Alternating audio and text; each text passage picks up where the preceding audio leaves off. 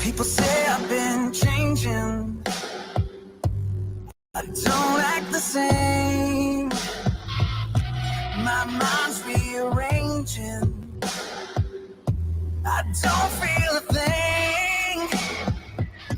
I'm not the kid that I used to be. I've grown into a man. They just don't know the other half of me. What I really am.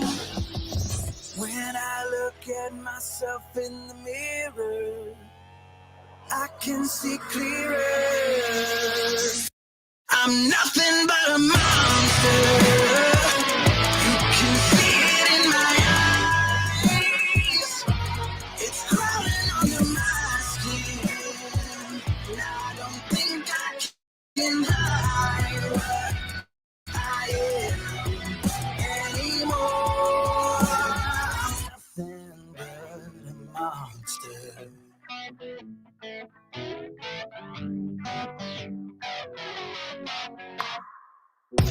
There's a devil on my shoulder. He's trying to come in. Said you might think you know me, but you don't know my things. There's a place where my demons try to hide. Deep down inside of me. For so long I've kept them locked away, but tonight I'm setting them free. When I look at myself in the mirror, I can see clearer. I'm nothing but a monster.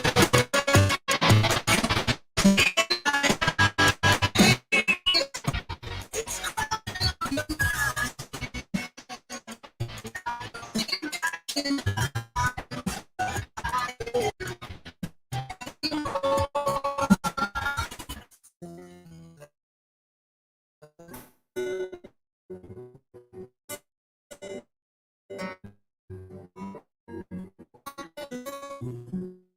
My reflection, and I am not the same. You see him in my likeness. He answers to my name.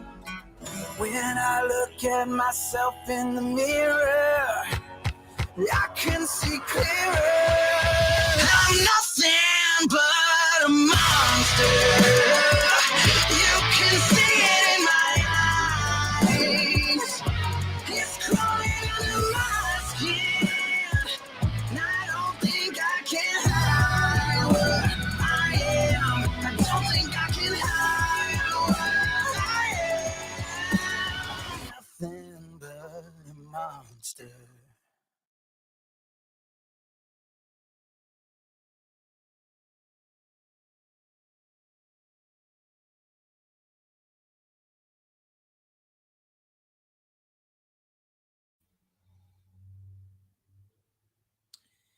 Hello, everyone.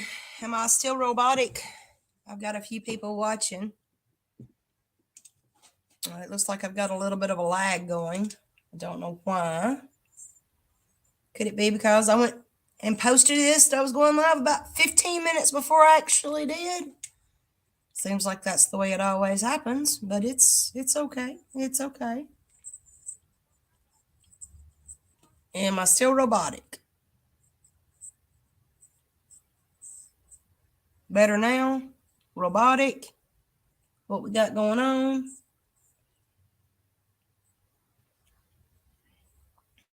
All right, for some reason, let me stop my screen. Oh, all right. Okay, so I'm not robotic. I've got my volume turned down so I can watch chat if I do share my screen. And today I wanted to get into something really graphic, alarming, something that has been troubling me for some time now. My friends that are closest to me that knows what I've been researching and looking into knows that I've kind of kind of been a little bit addled over this case that I discovered and almost forgot about. I've been covering serial killers and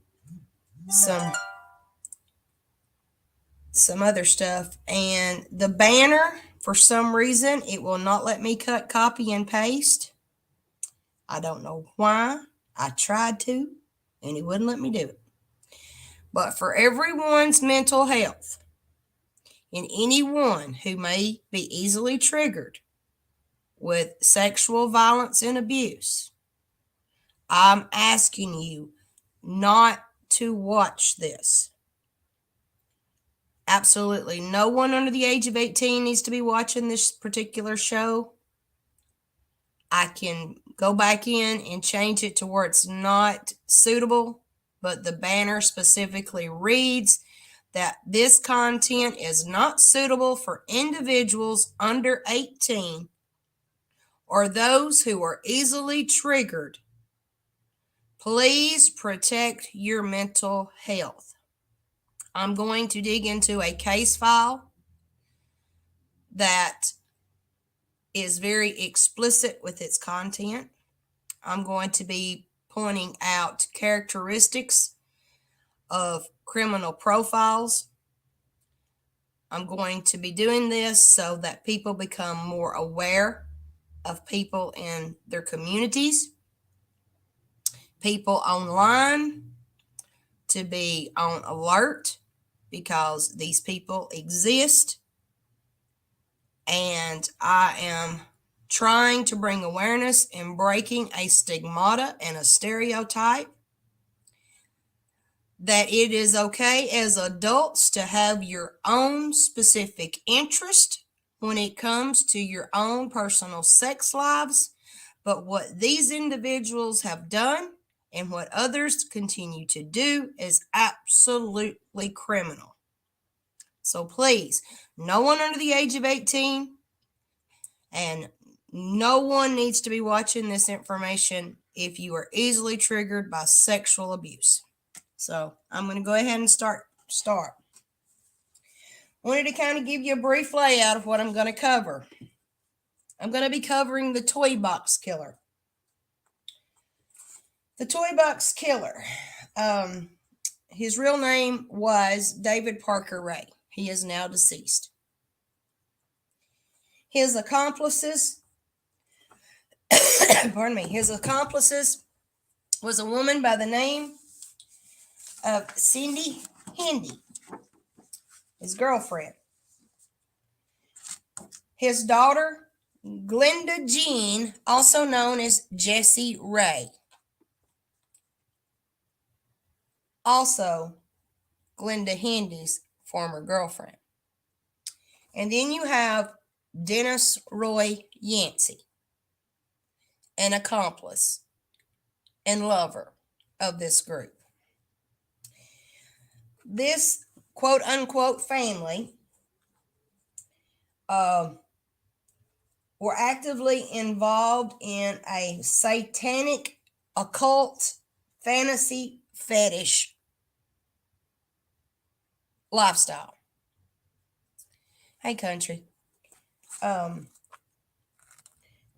So this all occurred in New Mexico, or in and around between two towns called Elephant Butte and Truth and Consequences, New Mexico. But other crimes have been committed elsewhere. And in the last few years, these crimes continue with connections to this one particular group.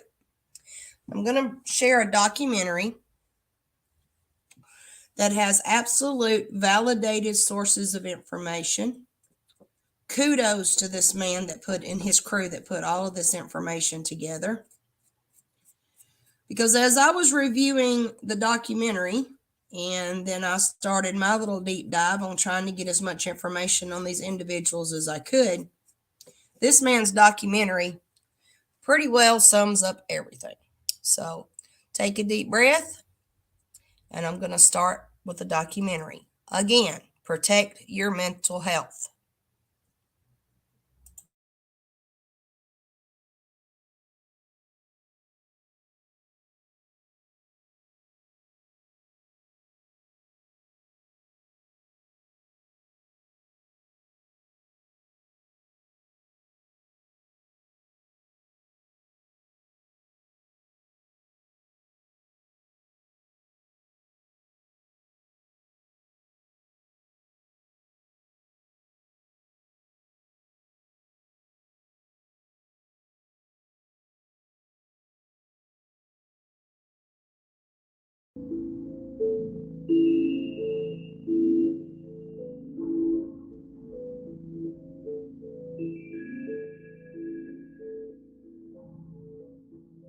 Hello there, bitch.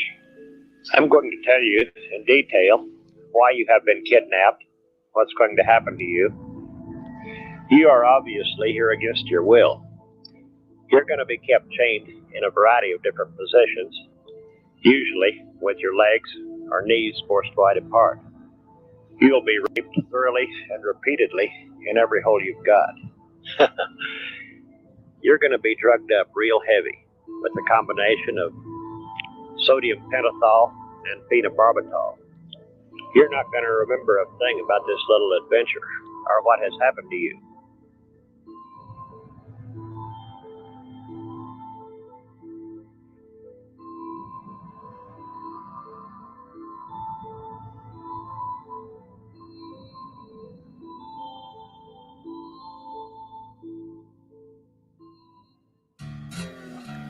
Elephant Butte, New Mexico, a quiet retirement community 2 hours north of the Mexican border.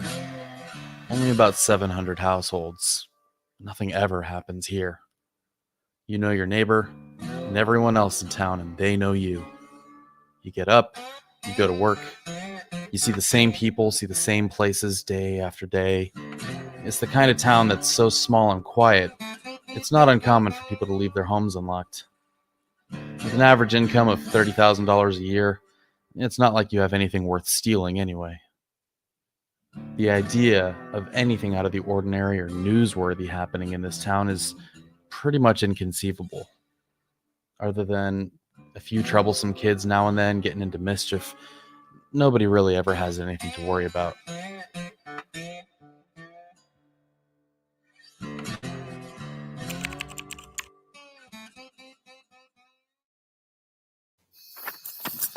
March 12th, 1999. 22-year-old Cynthia Virgil Jaramillo is running for her life down a dirt road, covered in blood, wearing nothing except for a metal choker collar padlocked to her neck like an escaped animal. Running for her life, her attacker hot on her trail. She desperately tried to orientate herself, shaking off the numerous amounts of forced drugs in her system designed to make her delirious, forgetful, compliant. She had no idea where she was, what day it was, where she could go. Had it been a couple of days? A week? She could only guess how much time had passed since she was taken captive. With no idea where she was, she only knew that she had to get away, and the danger was closing in on her fast. Finally, a trailer. A sign of civilization. She had no idea if it was safe, only knowing that the alternative was far worse. She had to try. She barged into the trailer, the homeowner startled and shocked at the bloody, bruised, and panicked naked woman barging uninvited into their home. It was immediately apparent that she was in trouble.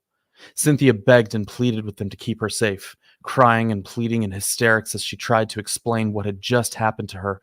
She collapsed on the floor and fell unconscious. What had she been through? The homeowner called the police, who promptly came and rescued her and arrested the man by the name of David Parker Ray, a man they would soon learn would be the stuff of nightmares that even seasoned investigators would have a hard time coping with.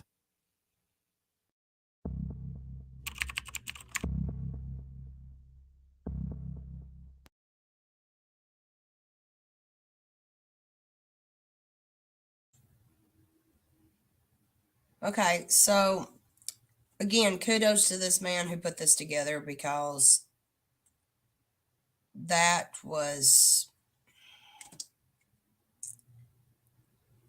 that's something that no one ever wants to have to deal with. And that would be a rape victim approaching you and telling you that they've been raped and abused. And he's right. It doesn't matter how seasoned you are. I don't think anyone is ever prepared to ever have to deal with a situation like this. So let's get into Mr. Ray's early life, so we'll get a better understanding why this man was the kind of person that he was.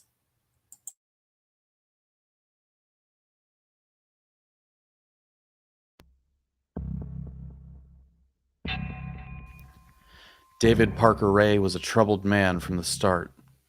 He was raised by his grandparents after his violent, severely alcoholic, and abusive father Cecil left the family and moved to Albuquerque.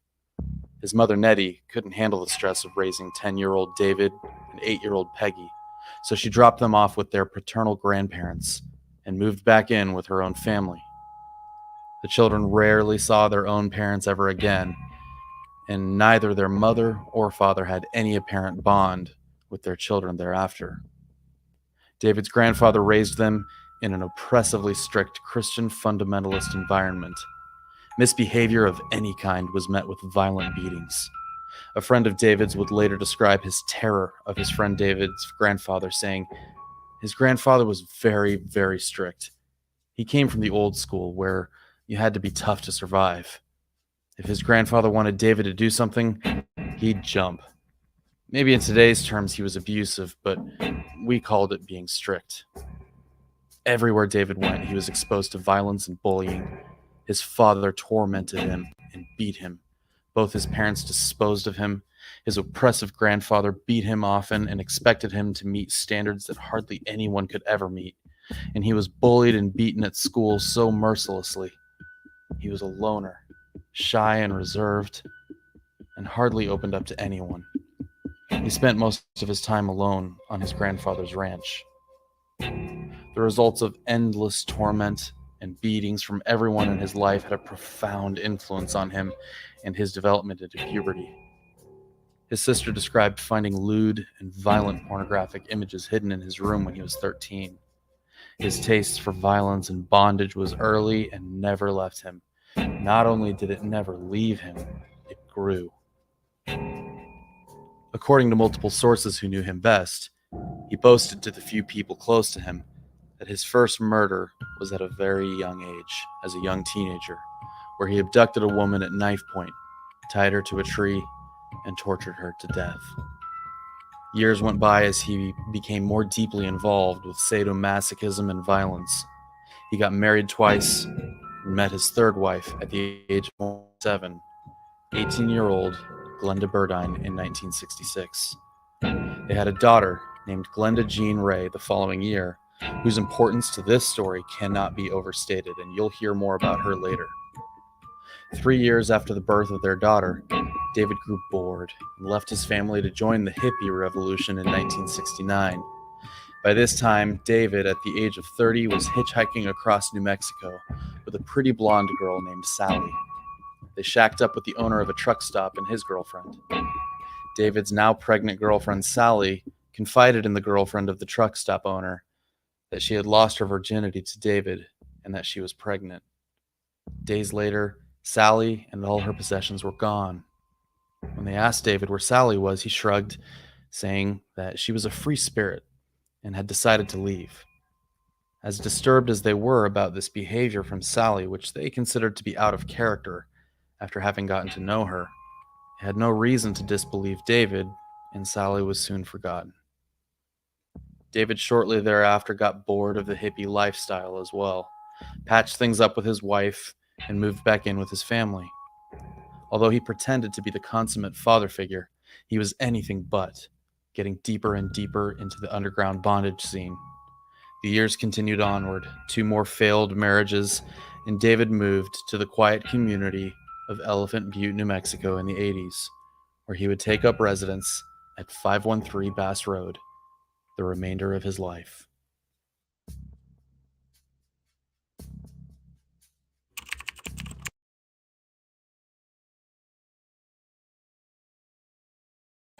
So, I have 2 people watching, so somebody else must be live. But it's okay because this is some very in-depth information.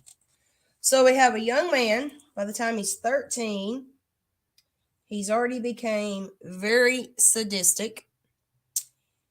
He's shown an interest in extreme pornography, what they call fetish-based porn. He has a sister. He's raised by his grandfather, who's very strict. And I stumbled across a report in relation to this case from the Department of Psychology from Radford, Virginia. So apparently this psychology report was distributed through possibly through the FBI. The information that they collected on Mr. Ray, in addition to what you're seeing in the video, is that when he started his crime spree, there was a number of victims noted, that 14 definite victims and possibly as many as 60. Now, when we get later on into the video, you'll see where that number came from. There are still active cases. There's active cases of missing and missing people, and there's active cases of discovered corpses, and yes, I said corpses, in and around that area and other areas that Mr. Parker Ray, I don't know why I keep on calling him Parker. I guess it's because everyone's associated with the last name Ray. But anyway, Mr. Ray and his quote-unquote family frequently visited different parts of the United States, but primarily focused during their crime spree in the New Mexico area south of Albuquerque.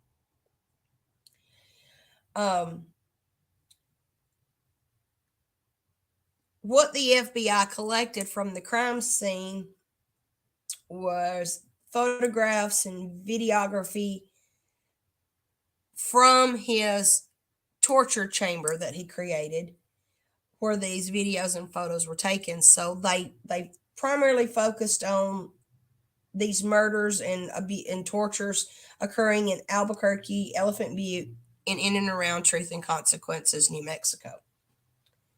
He's a lust killer, if that's what you want to call it, a lust killer. So he was born in 1939. We've already established that. He was born in Belen, New Mexico. So he pretty well stayed in his own backyard from where he was born. He went back home. That's a good way to put that. He went back home. He was the oldest of 2 children. He was married 4 times. His second wife is the mother of his 2 daughters.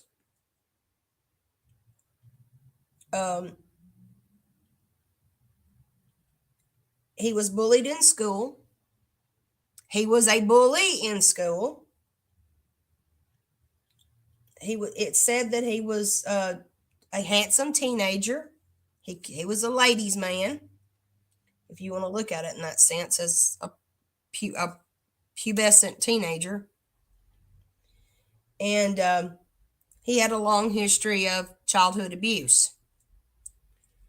And he was overexposed to sexually explicit materials. Now, in personal and private conversations, I have shared that. You do not have to be sexually abused to be sexually abused. You can be overexposed to materials of sexual nature during your young life that will scar a child permanently. And it's sad, but the way our children are being raised now, they are coming in contact with television shows, YouTube videos, other social media videos, to where parents are allowing overexposure for young children that is not age-appropriate material. That can be a whole nother show in itself, but I did want to make that point. So now we got a pretty good layout of Mr. Ray. So let's go on and continue, and let's find out about his hometown.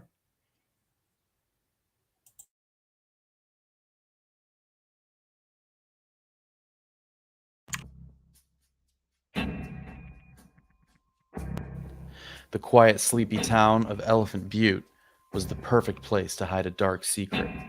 A small retirement community of only about 700 homes, situated right on the shores of Elephant Butte Lake, an enormous reservoir of deep, opaque, algae-filled water. He spent most of the 80s getting deeper and deeper into the bondage community, becoming exposed to habits and deviancy and networked contacts that fueled his unbridled thirst for violence and torture.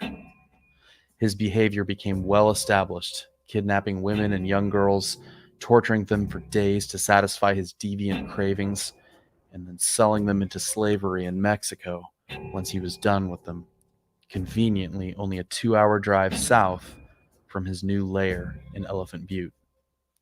It's worth noting that by 1984 he had begun boasting to his friends about his intimate knowledge about every square inch of Elephant Butte Lake, spending countless weekends there in his sailboat.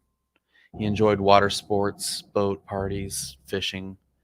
Though the lake had several species of fish, it was best known for the yellow and flathead catfish that prowl its depths, reaching up to 80 pounds, and known for being voracious omnivores, eating anything and everything it came in contact with, including the occasional meal of human remains. David had a reputation of being a kind and gentle person who was kind to animals and routinely found injured animals to nurse back to health, a stark contrast to the darkness he secretly hid all his life. Friends who assumed he was speaking darkly hypothetical recall him describing while on his boat the best places in the lake to hide a body.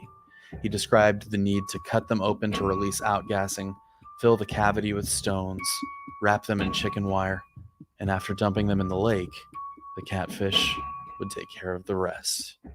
And the zero visibility and algae in the water meant that no one would ever find what the catfish didn't take care of themselves.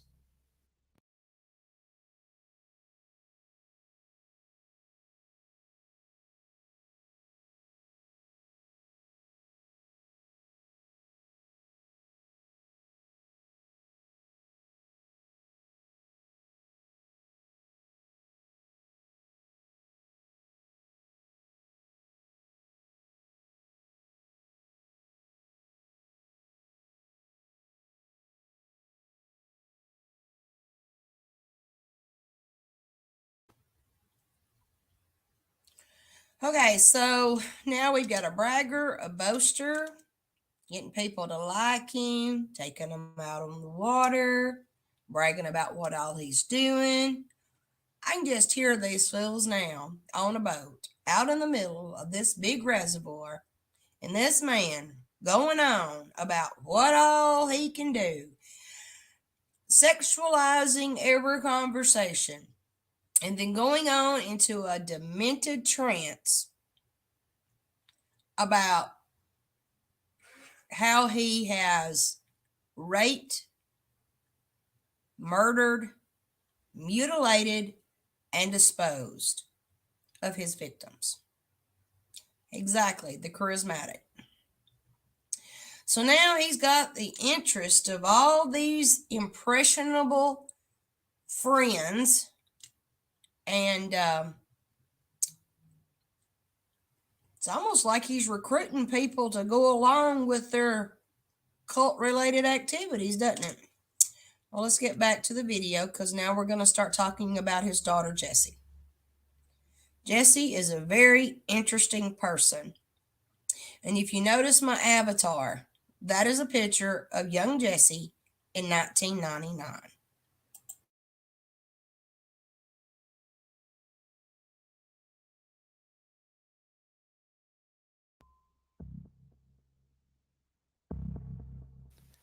David Ray's daughter, Glenda Jean Ray, who went by the nickname Jessie, was the spitting image of her father, who she adored.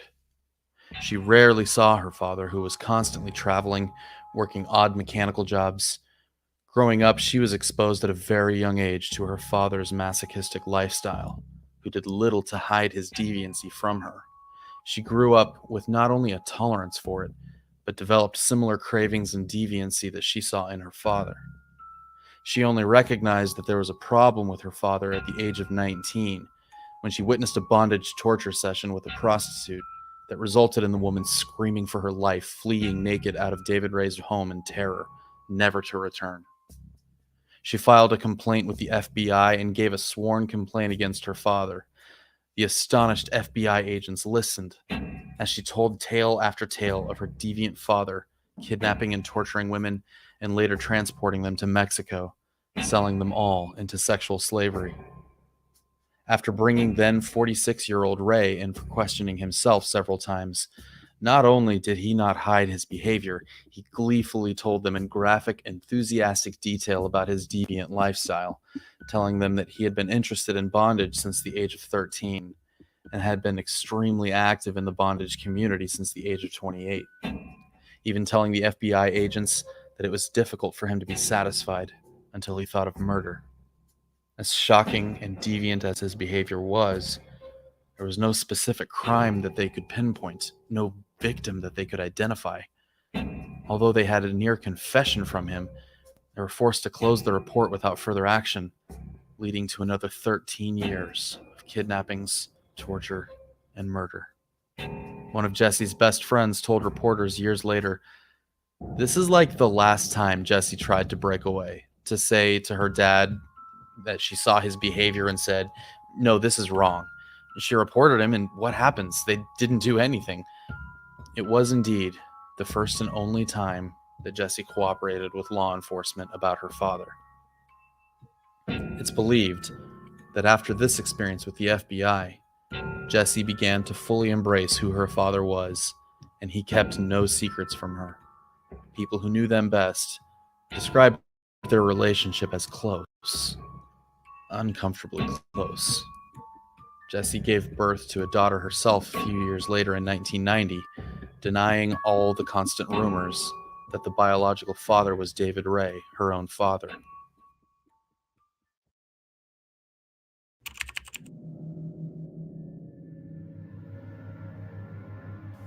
Emboldened by his brush with the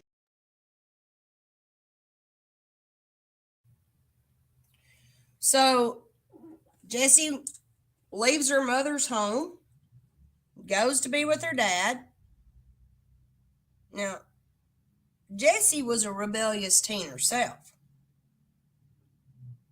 Jessie was very rebellious.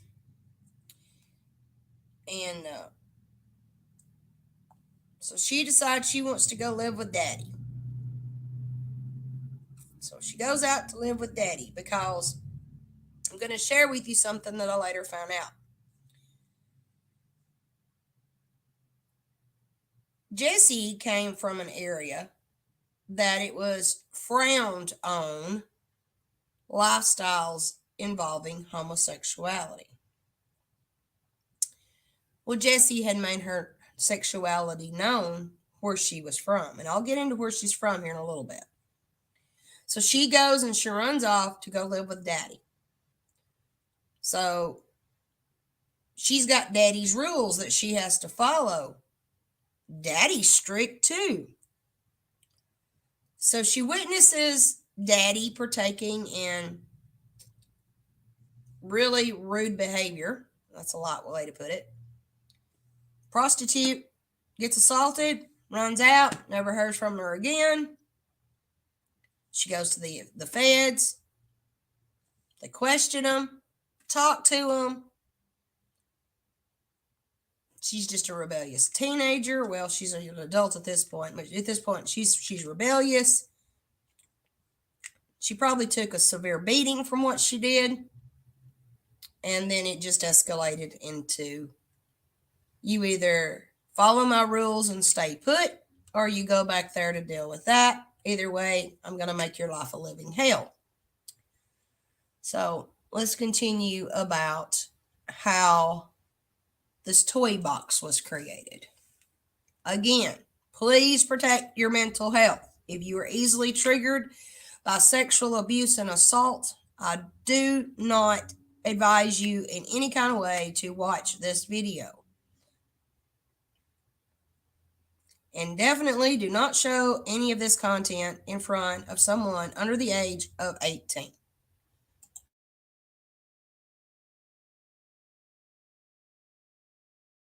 the FBI, who had failed to pin him down for his decades of crimes. David Ray decided to push his deviancy and thirst for violence into a realm unseen before. An unparalleled mechanic and craftsman, Ray married his skills and passion for violence, torture, and unbridled deviancy into what would be his magnum opus, a kind of laboratory where he could put his decades of experience into the art of pain into practice. He purchased a 22-foot-long cargo trailer, hung up a handmade sign right inside that read, "Satan's Den," and he got to work. He installed an air conditioning unit to keep himself comfortable inside. The toy box, as he called it, would be a constant work in progress over the years. It's estimated that he personally invested over $100,000 into it. It was escape-proof, soundproof, with a reinforced frame and a deadbolt lock. The ceilings and walls were adorned with unimaginable horrors. What you're going to see from this section of this video is extremely graphic. There are images of restraints and other devices that Mr. Ray used.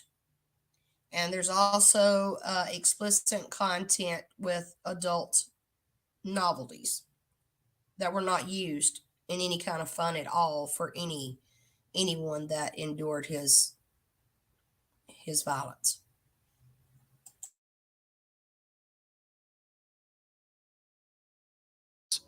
Elaborate systems of pulleys, gurneys, weights, pliers, clamps, whips, scalpels, chains, padlocks, drawings and figurines of women in various methods of torture, medical cabinets filled with syringes and chemicals.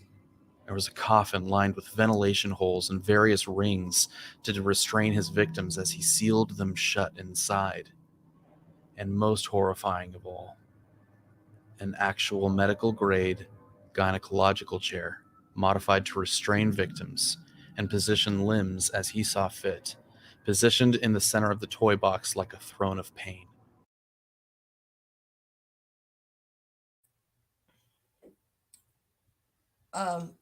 I've seen images like this shared on Facebook and other YouTube channels related to other individuals. So, yes, there is a connection. So please, if you can stomach all of this, please pay close attention and in the profiling and similar characteristics of other individuals that you may or may not be aware of.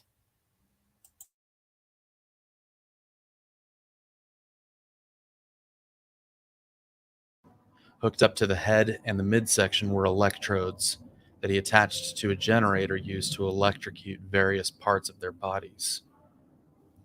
In a move of absolute evil arrogance, he set up video recording equipment to film his dark crimes, installing monitors positioned so that his victims would be forced to watch themselves as he inflicted unimaginable pain upon them.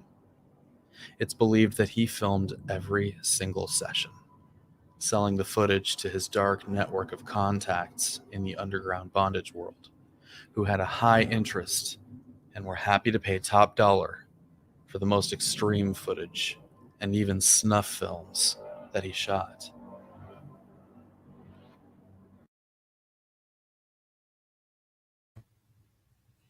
Okay, so Mr. Parker has videoed himself. He has set up a little enterprise to where he is taking these videos and he is selling them to underground customers. Now, for those of you watching, coming in late and watching this later, if you don't know what a snuff film is,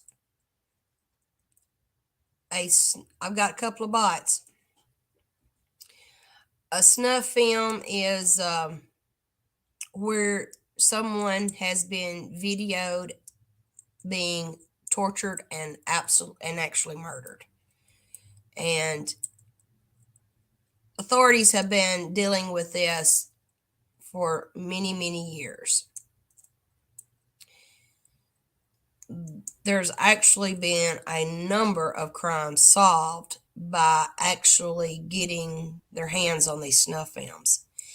And if anyone remembers the movie with Nicolas Cage called 8mm, this will give you an prime example of what Mr. Ray was doing and how his little entrepreneurship was created for monetization.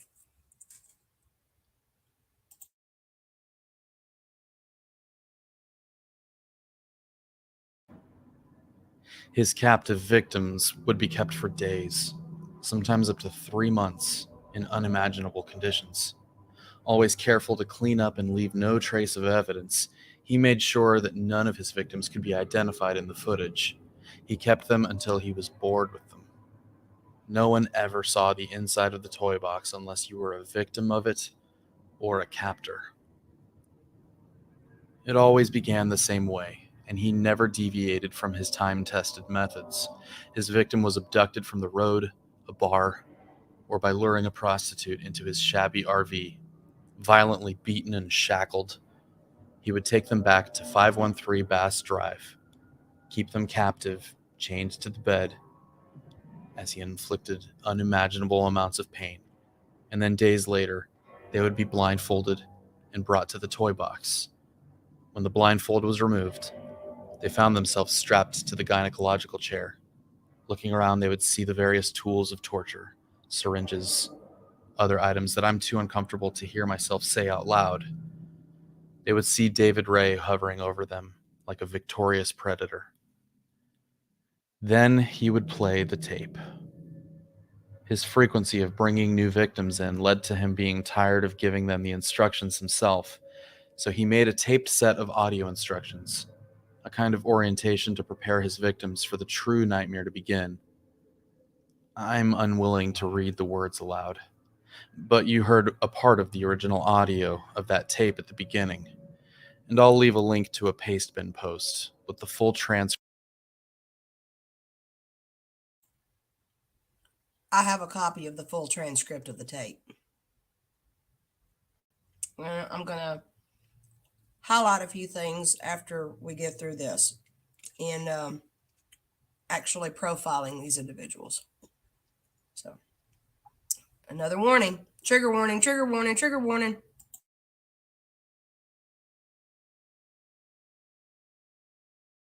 Script of what each of his victims heard before this nightmare began.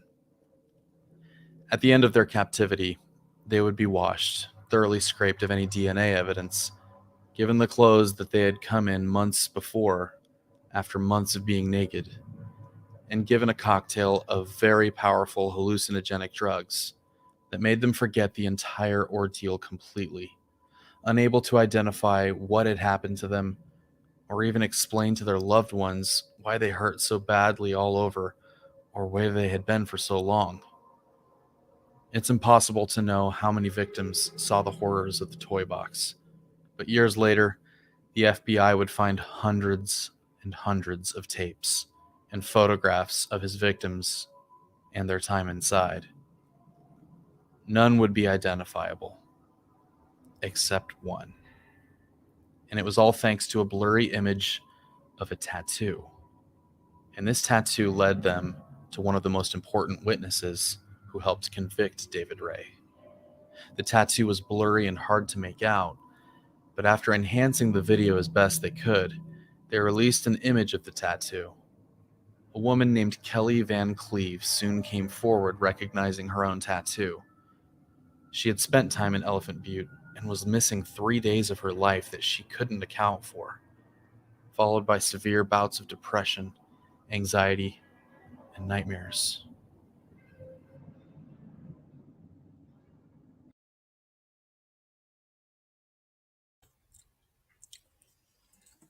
Kelly Van Cleve was one of his daughter's best friends. She was drugged, held against her will, and sexually tortured for 3 days of her life. And Kelly is going to share, well, Kelly's story is going to be shared here. So And you're right. This is in the 80s, early 80s into the 90s. DNA in its early years. They tested for DNA. Had all those videotapes. Mr. Ray was very careful, or he thought he was. So let's go ahead and get into Miss Kelly's story because Kelly Van Cleve is a prime example of someone who authorities tried to discredit because she was an adult and she was subjected to drugs, whether it be voluntary or involuntary. And there are numerous reports of sexual assault that have been botched throughout the years because of lack of training and lack of compassion with law enforcement. Because let's just get into Kelly's story before I get on my soapbox.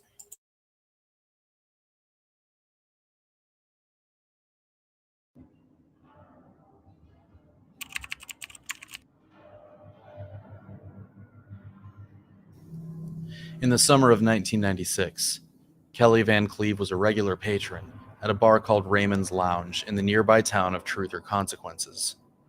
A year earlier, a woman named Jill Troya disappeared and hadn't been seen since, after a bitter argument with Jessie Ray, David Ray's daughter. It's now assumed, but never proven, that Jessie was responsible for the disappearance. Kelly was having a rough time in a new marriage that she had rushed into, and had become good friends with Jessie Ray, David's daughter. One night, after a particularly nasty fight with her brand new husband, she stormed out and headed to Raymond's Lounge to drink and vent her frustrations. She talked to Jessie about her difficulties and had a single beer. Other patrons and friends of hers left, and it was only her and Jessie. Feeling uneasy and disoriented from the drugs that Jessie had slipped her secretly into her beer, she decided she needed to go home. But her ride had long since departed. Jessie offered her a place to stay at her father's home in Elephant Butte and drove her there, where she was held at knife point, bound, and introduced to the toy box by Jessie and her father. 3 days later, David Ray drove her home to the in-laws, telling them that he found her wandering the beach in a disoriented state. As he returned her, they were fuming, assuming she had gone off on some sort of drug binge. Her new husband annulled the marriage.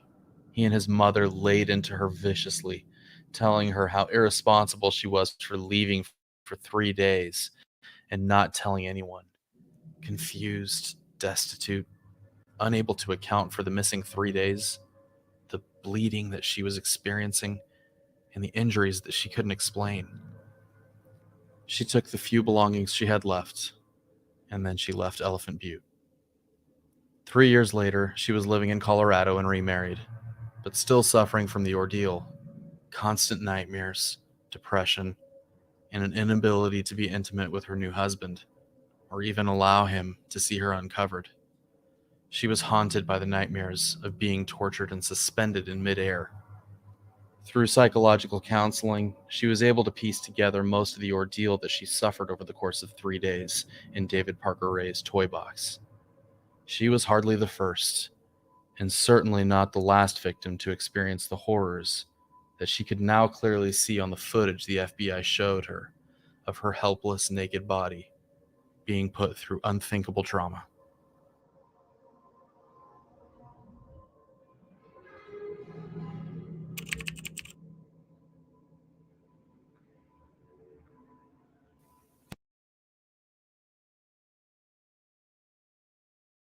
Oh, so you're right. The abused becomes the abuser.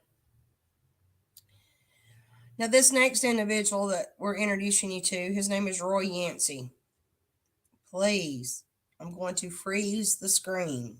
Please pay close attention to his physical identity. Please.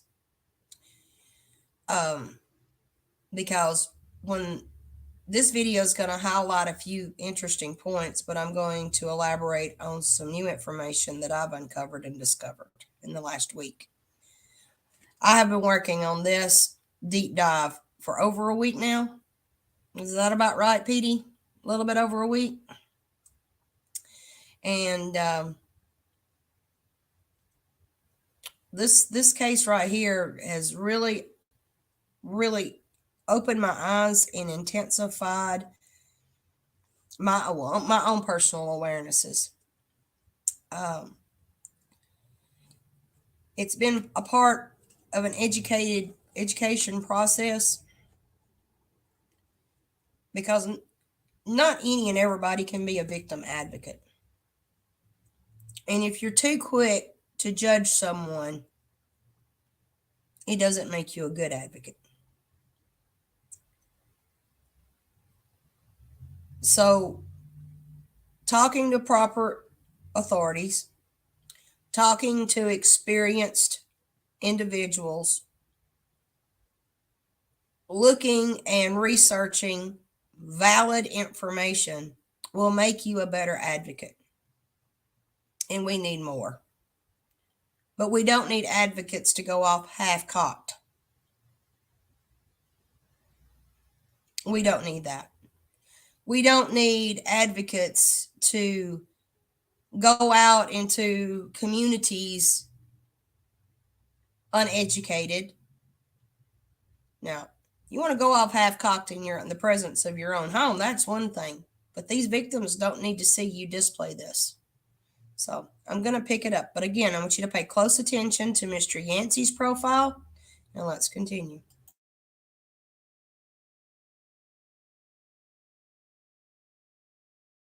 The impressionable Roy Yancey was fresh out of the Navy in 1995. Clean-cut, proper, considered quite a charmer with the ladies, returned home to truth or consequences. A far cry from the young man who, in the mid-'80s, ran with a group of friends who many in the town considered a satanic cult, made up of high school-aged renegades. They spent their time wreaking highly organized and unsettling havoc, sacrificing pets of neighbors, delivering messages with occultist satanic symbols just to people that they didn't like, and all sorts of mischief considered by police at the time to be criminal acts. Through police investigations, the best lead that the police got were continuous references to someone described as an older man named David, who recently had moved to Elephant Butte a few years prior, but they were never able to definitively confirm who this David was. Fresh out of the Navy with a new determination to walk the straight and narrow this time, he couldn't help but getting back into his old ways after becoming friends with Jesse Ray. The two were considered inseparable by people who knew them best. Although Roy was considered a decent person, he was highly impressionable, with a dark side that few saw. Jesse, who knew him best, nurtured this darkness over the course of their friendship. Jesse reintroduced him into the world of occult Satanism, which she had picked up from her father. It's unclear if Satanism was strongly held beliefs or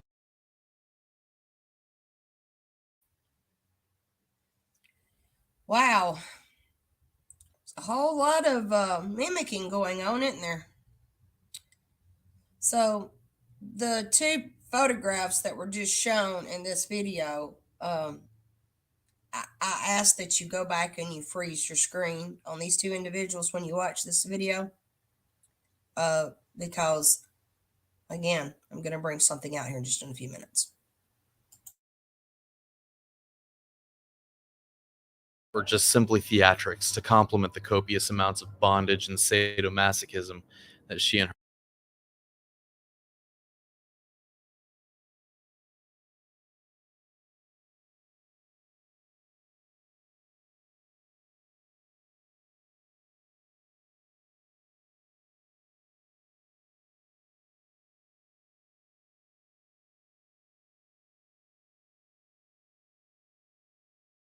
her father practiced.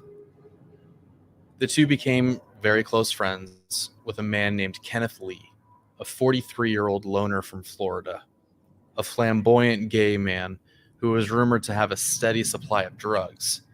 Roy and Jesse visited him frequently. Neighbors described seeing Roy visit him especially often, leaving with a devious smile on his face. It's unclear what really happened, but when police were called to do a welfare check on Kenneth Lee on New Year's Day in 1996, after neighbors had complained of a foul smell coming from his apartment, they found his badly decomposed body in the front room.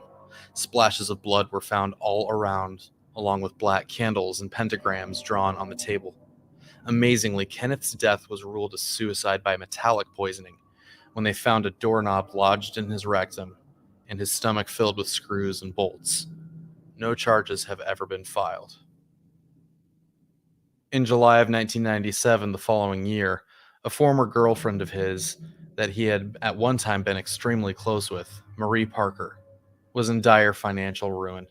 Homeless, she pitched a tent on the shores of Elephant Butte Lake and dropped her children off with a friend. Deciding to make a run to score some drugs, she agreed to meet with Jesse and Roy. She ended up at knife point in the back seat of David Parker Ray's truck driven by Jesse, as Roy restrained his former lover in the back seat. According to Roy's confession, they drove to David Ray's home, and she was introduced to the toy box. He claims he never went inside, where Jesse and her father kept Marie for 3 days. During that time, police organized a massive search and rescue operation in an effort to find Marie. At the end of the 3 days, Jesse and her father told Roy that they were done with her, and that it was time for her to go. Then they brought Roy inside the toy box. Roy claims that he walked inside to find his naked and helpless ex-girlfriend Marie strapped to the gynecological chair. Jesse handed him a rope and said, "You know what you have to do." With so much police scrutiny into Marie's disappearance, David and Jesse were going to take no chances with her being found after they got what they wanted from her. David started the video recorder, and Roy approached Marie with the rope. He claims that as Jesse pointed a gun at him, he strangled Marie to death with the rope. The videotape was never found, and it's been hypothesized that David sold the tape as a snuff film, like he had done many other times. In Roy's confession to police a few years later, he claims that he, Jesse, and David wrapped her body in a blanket, drove to Monticello Canyon near Truth or Consequences, and tossed her body into the ravine, descending down with shovels to bury it under loose dirt under cover of darkness. The following day, Roy and Jesse left town and went to stay with an acquaintance in Galveston, Texas. They stayed for an entire year, waiting for the disappearance of Marie Parker to blow over. Years later, Roy led police to the exact spot they buried her, but she was nowhere to be found. Roy speculated that David Ray must have returned later and removed the body, depositing it elsewhere.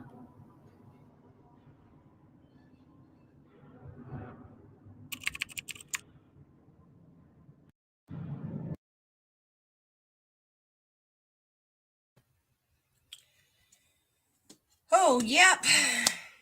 So, this video was based on information that was released to this individual that created the video.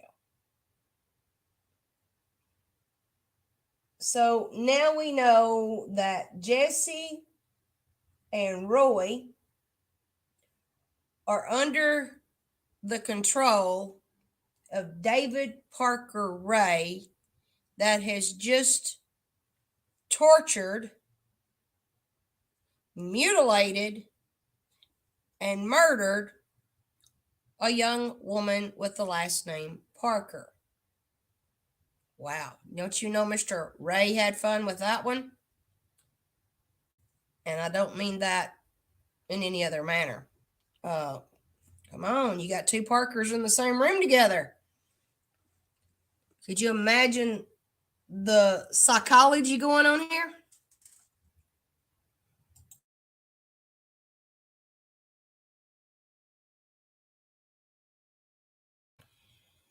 Now allow me to introduce you to another horrible individual by the name of Cindy Hendy.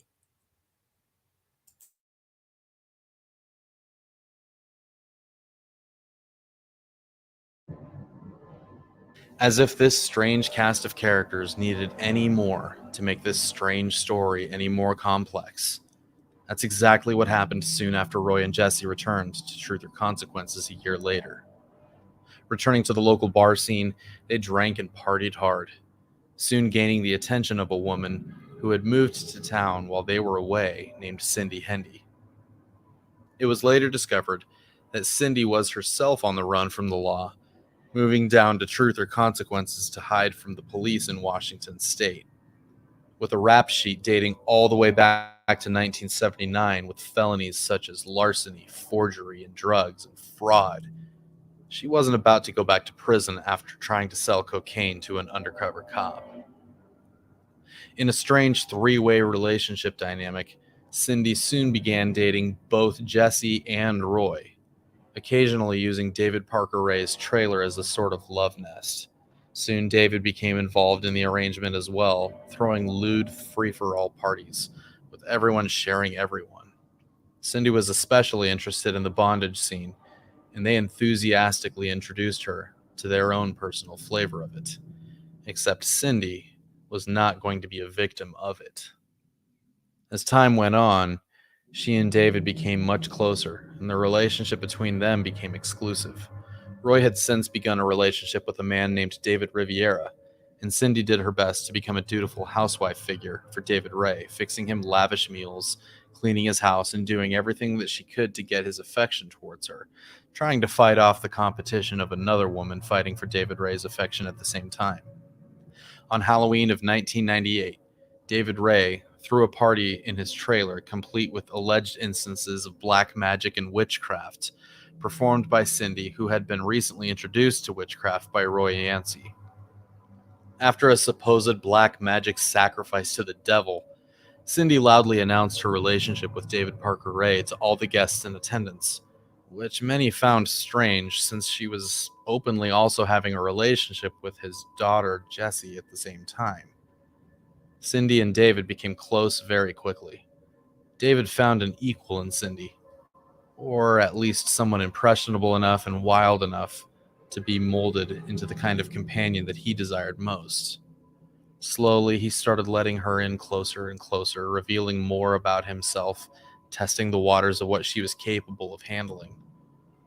Finally, it was time to put her to the test. Cindy told David that she was going out of town for a wedding.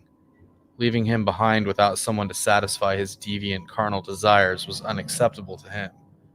By this point, she was so far deep into the darkness he brought her into that the suggestion that he threw her didn't even faze her for a minute. They decided that it was time to kidnap a woman to keep as a sex slave for David while she was away. Bringing her into the toy box, he gave her the grand tour and demonstrated on dolls his scientific and methodical practiced art of inflicting pain.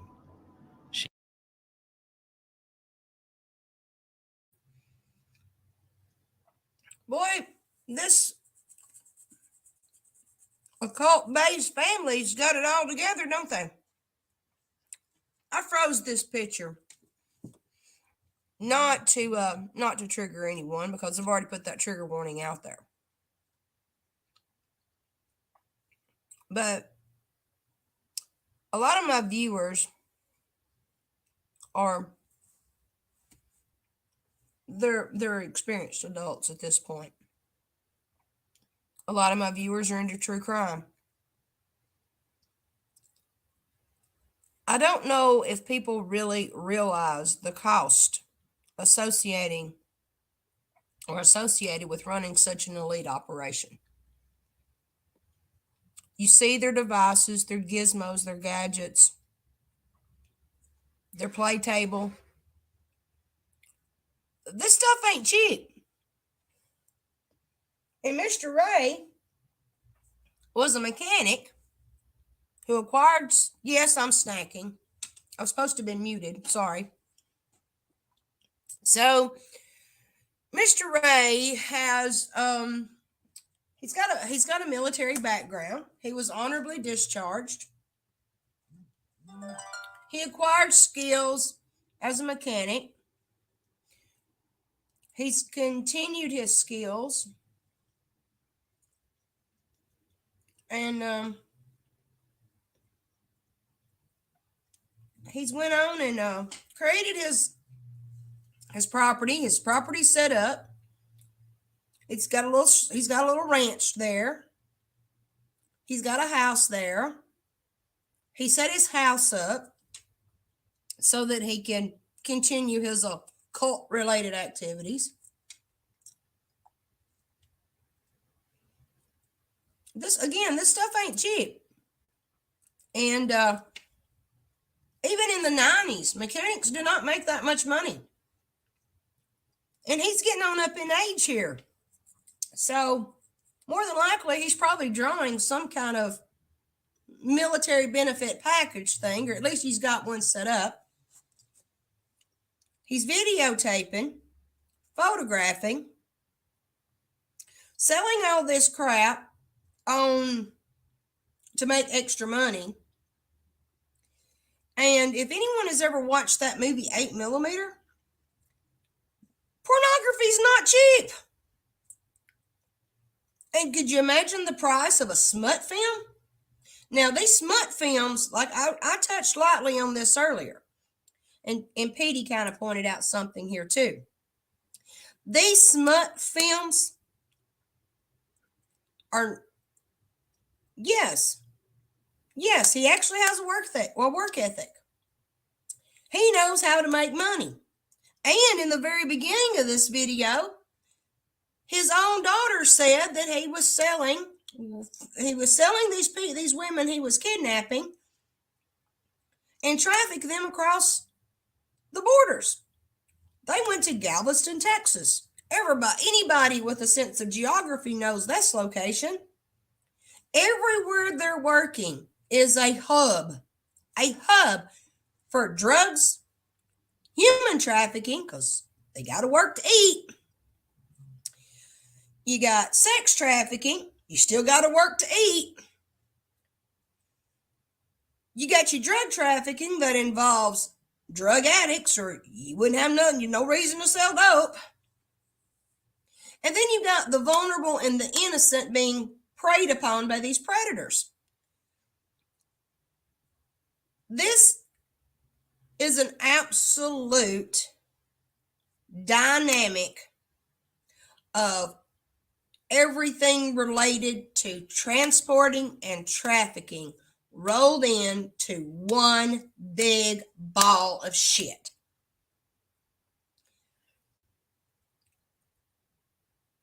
People are being trafficked that don't even realize they're being trafficked. Children are being trafficked and their own damn parents don't even know that their children are being trafficked. Because this is how predators prey on these people.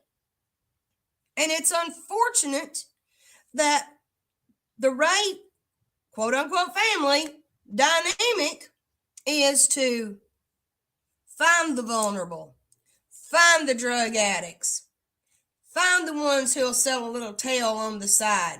Ain't nobody gonna believe them, no way. And hell, we use the right amount of dope on them. They ain't gonna remember shitting anyway until a few weeks, years, months down the road.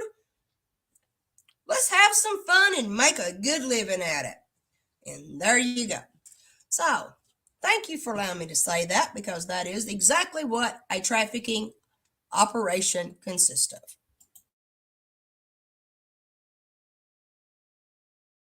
She eagerly absorbed every word, and he gave her an 18-point list that he had produced through the years of practice at his dark craft. It was a set of instructions for kidnapping and torture. The list is graphic, abhorrent, and I'm unwilling to read it in this video, but I'll leave a link to a Pastebin post with the list in the description if you really want to read it. Over the next 2 years or so, Cindy Hendy was no longer an innocent bystander, simply an enabler or even an accessory. Cindy Hendy became an accomplice, just as deviant, just as cruel, and just as guilty as David Parker Ray himself for the kidnap, torture, and murder of untold women, just as eager to sadistically inflict pain and terror as her hopeful future husband.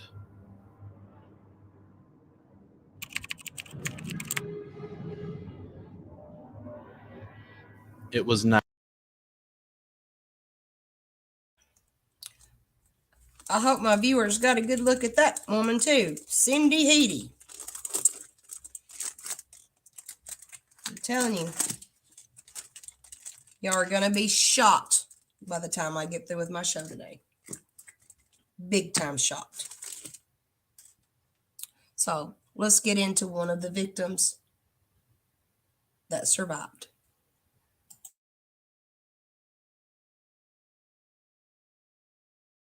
Night when David Parker Ray and Cindy Hendy arrived in Albuquerque, seeking their next victim. After speaking with a local pimp and offering $30 for services, a 22-year-old Cynthia Virgil Jaramillo stepped into the rusty, beat-up RV. As she entered the back of the camper, Ray produced a badge telling her that they were law enforcement.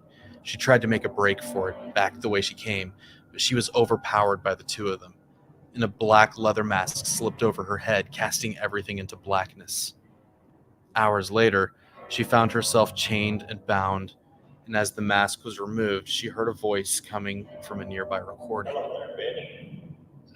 Days later, after suffering unspeakable amounts of pain, terror, and abject humiliation at the hands of Ray and Hendy, Cynthia lay inside the house, chained to the bed. David was at work while Cindy was in the kitchen preparing sandwiches. Although she was still chained and locked firmly in place, the keys to her restraints were carelessly left just out of reach. With little time before Cindy would surely come back, she inched her way closer and closer to the keys. Fumbling and trying not to make any noise, she managed to unlock herself. Knowing there was precious little time, she reached for the phone, dialing 911. Before she could connect, Cindy burst into the room and they fought ferociously, Cynthia knowing full well that her life was at stake. They punched and kicked and clawed at one another. Cynthia reached out and grabbed a hold of a nearby ice pick and ferociously stabbed Cindy in the skull, leaving a giant gash. Yes, I'm calling for a young lady that ran into the house. She says she's just been raped. She's got a chain on her and everything. See someone right away. This lady's naked. Trigger warning, trigger warning, trigger warning, trigger warning, big time trigger warning.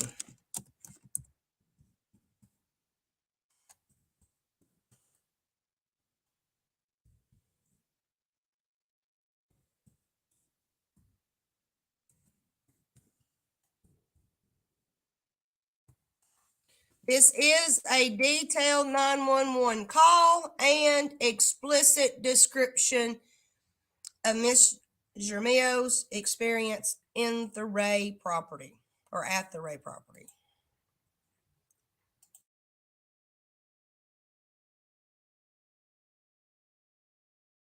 And everything else. She said they've been holding her for 3 days. After the police rescued her, after she was hiding in the trailer that was previously mentioned, the officers received notice of a 911 hang-up call only blocks away. In a town this small, where nothing happens, there was no way that this was not connected. Rushing to 513 Bass Road, the officers banged on the door. Receiving no answer, they allowed themselves in with probable cause of trouble. Finding shattered glass, blood, and endless amounts of pulley systems and chains, they called for backup. They would need far more.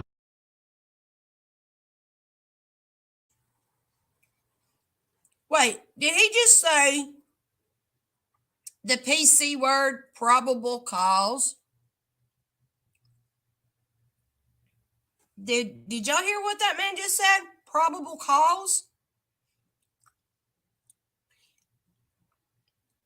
So when a victim makes a plea for help, that they have had a crime committed against them, and they report this crime, probable cause.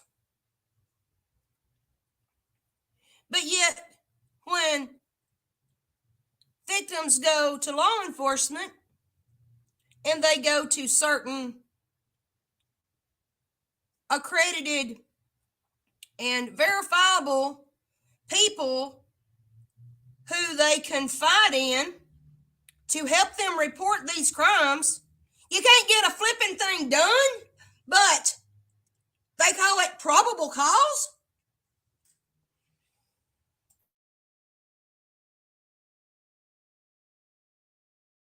Than backup. What they witnessed in the brief glance around David Parker Ray's home was far more than the tiny police department of Elephant Butte was equipped to handle.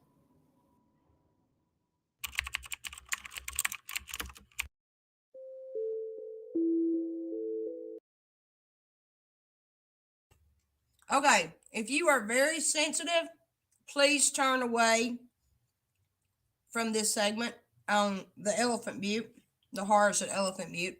I'm asking you, please protect your mental health.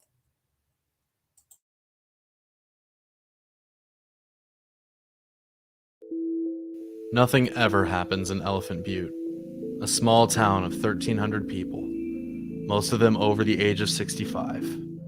No one could have expected the absolute pandemonium, as more than 100 investigators from the New Mexico State Police and the FBI swarmed the town, and especially 513 Bass Road. Dozens of news stations from around the world, helicopters circling overhead all day. The quiet little town of Elephant Butte, where nothing ever happened, had just been put on the map and was now known throughout the world, but for all the wrong reasons. Investigators swarmed the small property, dividing it into 8 distinct search areas. They were having trouble getting a certain white cargo trailer open, and the keys were nowhere to be found. It took the locksmith only a few moments to get the deadbolt lock open.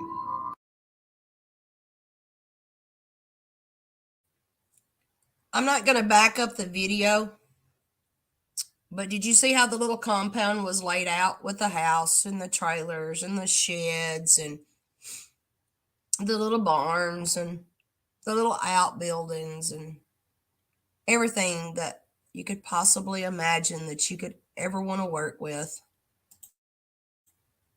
But I didn't see no car garage for a skilled and highly skilled mechanic, did y'all?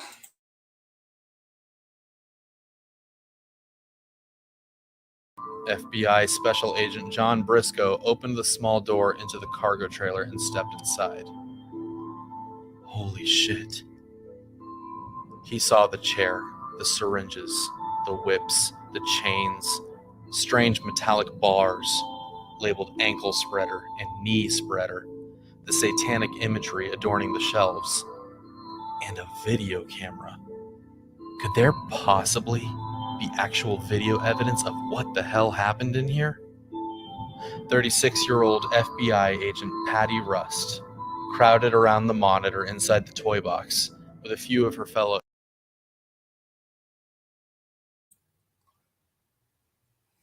Okay, he just mentioned FBI Special Agent Patty Rust.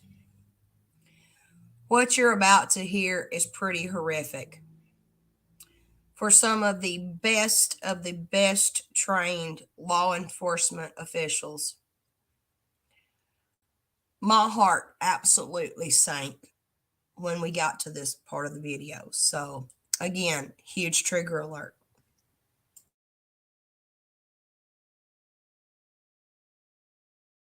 Agents as they loaded the first of hundreds of tapes found around the property. All of them hands over their mouths, trying to hide the absolute shock of the things that they saw before them on the screen. Despite years of work covering the worst crimes imaginable, they were still unprepared for what they saw on the screen before them. They'd seen enough for now. They ejected the tape and each exited the toy box. One of them vomited on the ground as soon as they got outside.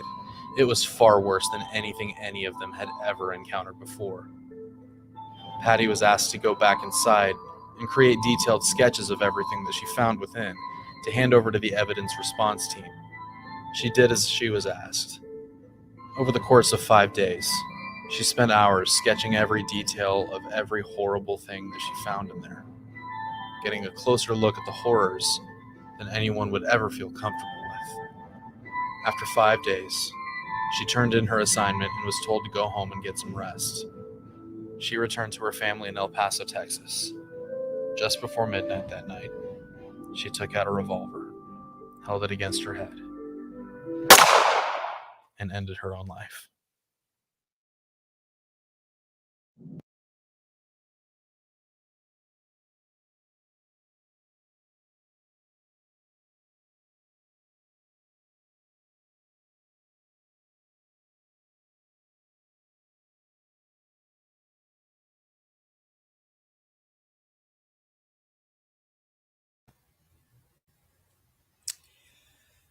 Must be pretty bad.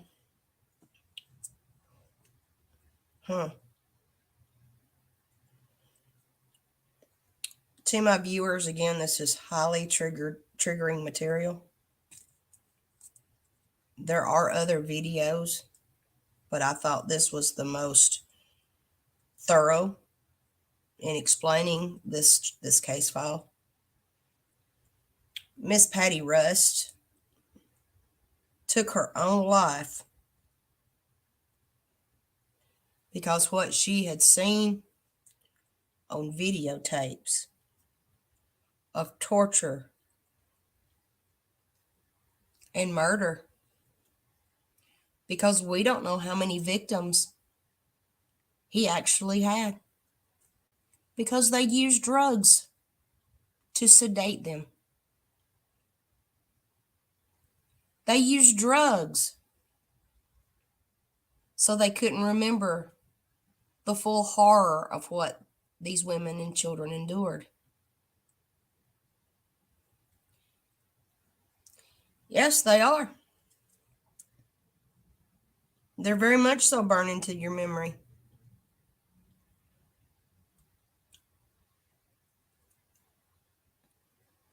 Being a cop is not a bowl of cherries.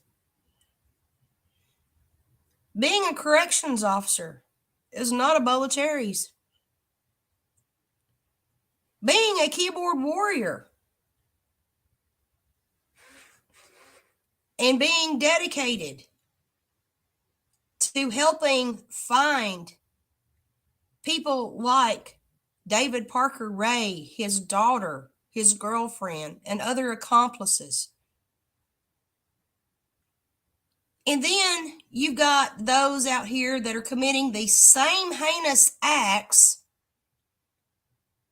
And then you get a screwed up response from law enforcement that says, well, it ain't a crime to have a sexual fetish. And besides, if they're an adult, they can make adult decisions.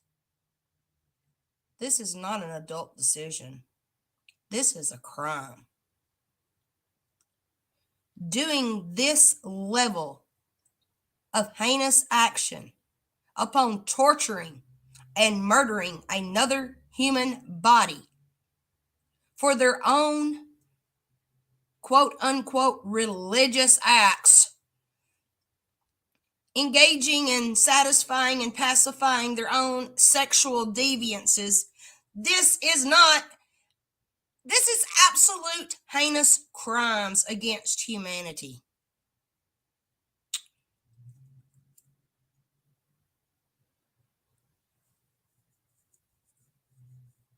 This is not driving up on a traffic accident where there's been a loss of life. This is not hearing about someone going to sleep and being consumed with smoke inhalation from a house fire. This is not coming on scene of a drug overdose. These are heinous, violent actions against another human body.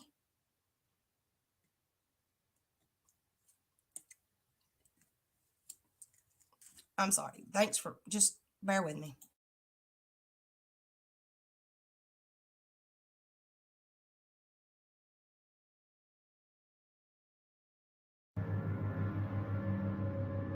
The preliminary hearing and eventual trials of David Parker Ray, Jesse Ray, Roy Yancey, and Cindy Hendy were every bit as intricate, complex, twisted, and dramatic as the case itself, and probably deserves its own video on its own.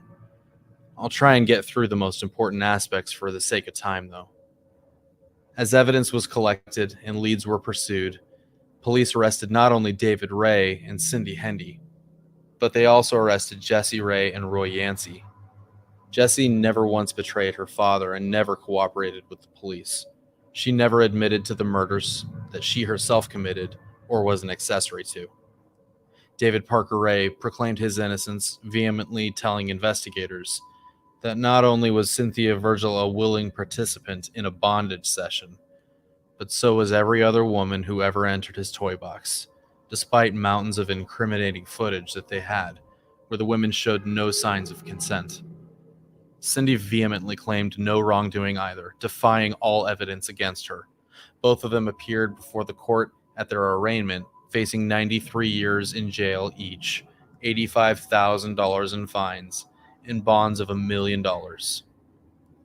Facing the very real possibility of spending the rest of her life in jail, she became angry with David, blaming him for sucking her into what she later called his stupid bondage fantasies. She asked to meet with investigators and gave a full confession to everything she witnessed, was a part of, what he had told her about the other crimes that he had committed. She told them everything. If what she told them was true, it would make David Parker Ray one of the most sophisticated, thorough, and prolific serial killers in all of American history.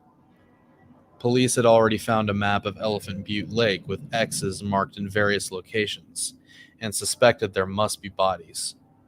But this was the first actual link confirming their suspicions.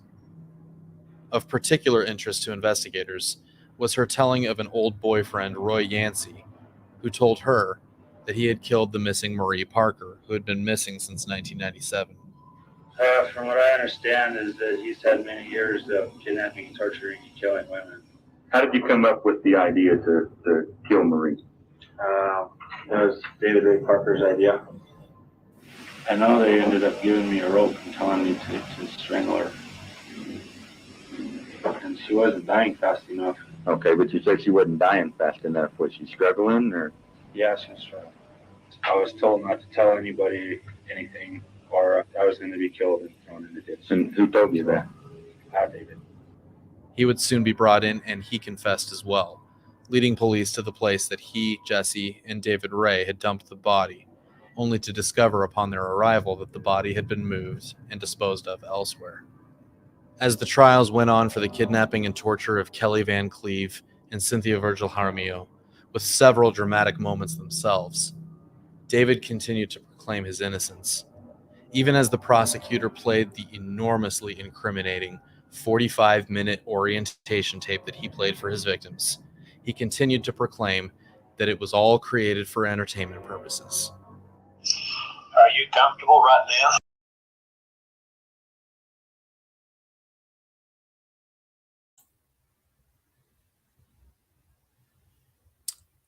All created for entertainment purposes.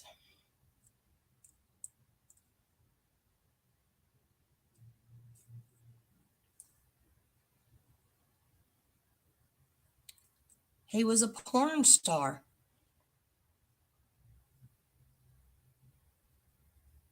He was a misogynist.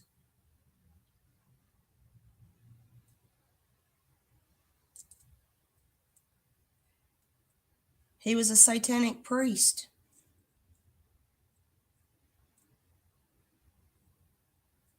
He had lived a full life.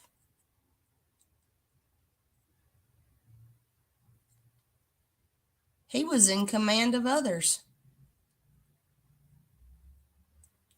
He exploited. He extorted. He manipulated.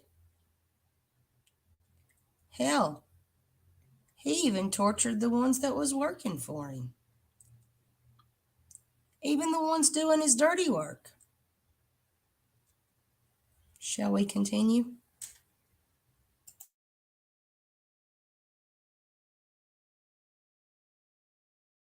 Doubt it. Wrists and ankles chained, gagged, probably blindfolded. You are disoriented and scared too, I would imagine. You are obviously here against your will. Totally helpless. You've been snatched and brought here for us to train and use as a sex slave. Sound kind of far out? Well, I suppose it is to the uninitiated, but we do it all the time. It wasn't until he realized how much legal trouble his daughter Jessie was in that he decided to change his tune.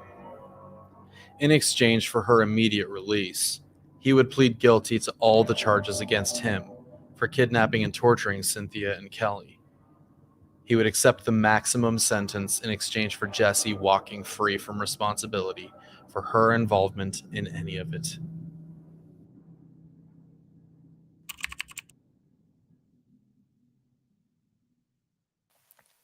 In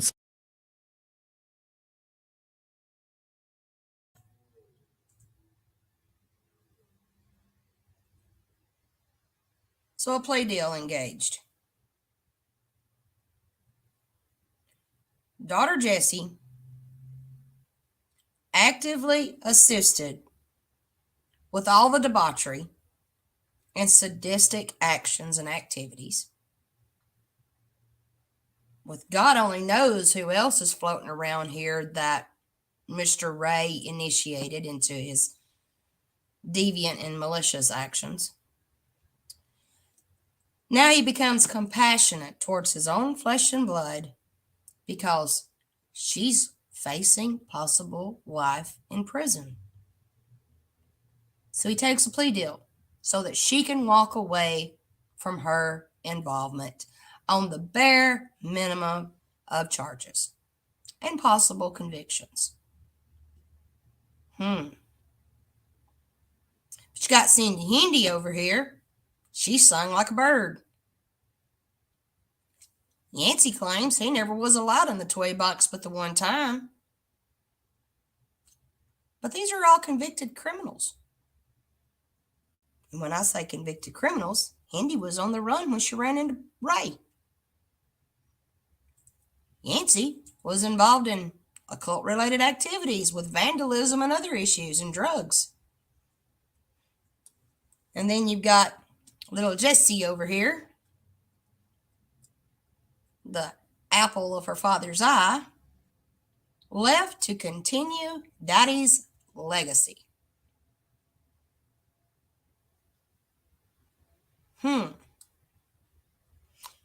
Okay, I was in my rant. What do you mean liar?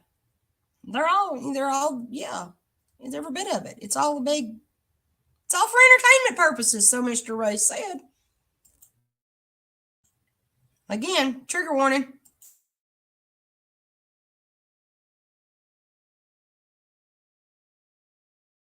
September 2001, facing 12 counts of kidnapping, criminal penetration, and conspiracy to kidnap, Glenda Jean Jessie Ray walked out of prison with time served.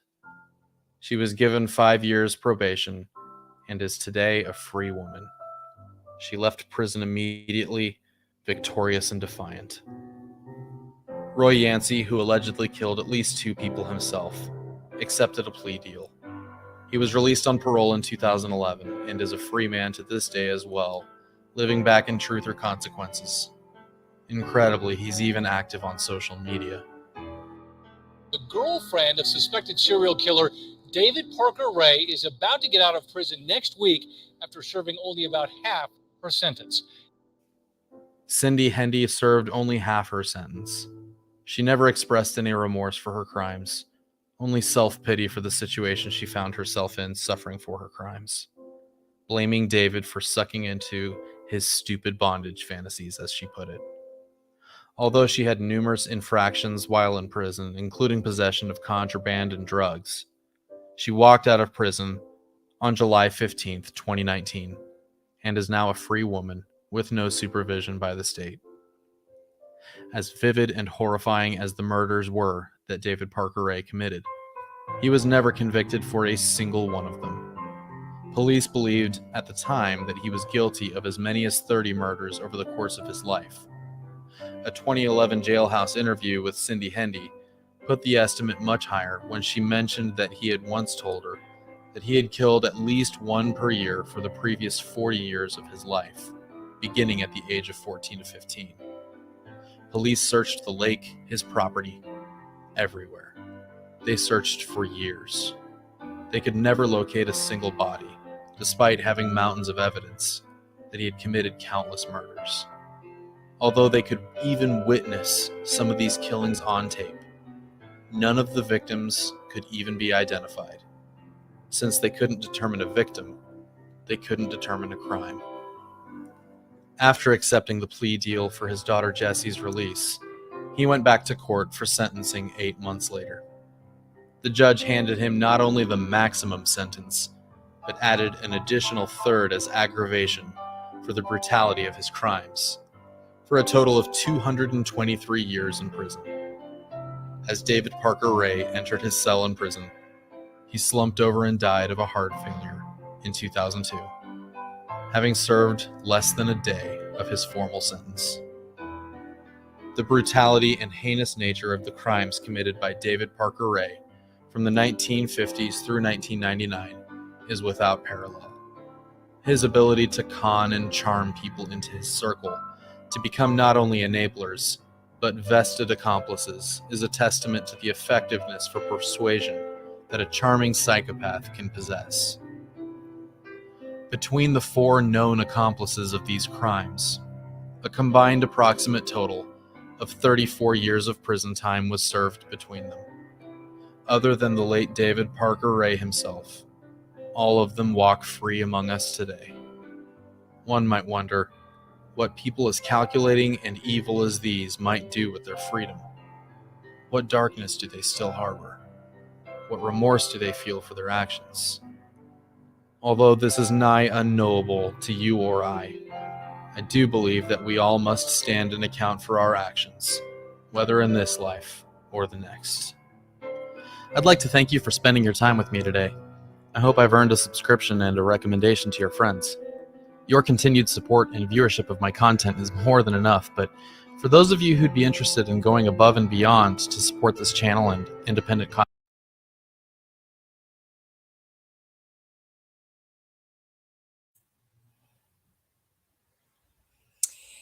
It is terrifying, flies. You want to know where those 3 individuals are right now?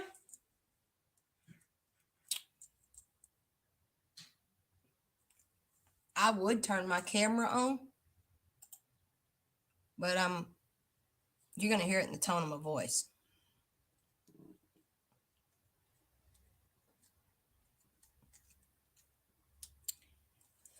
Oh, man.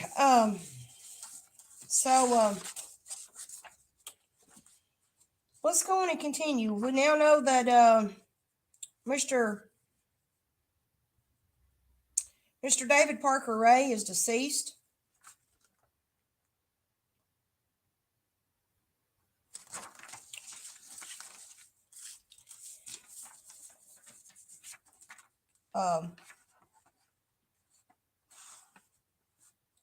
To my knowledge, his sister's now deceased.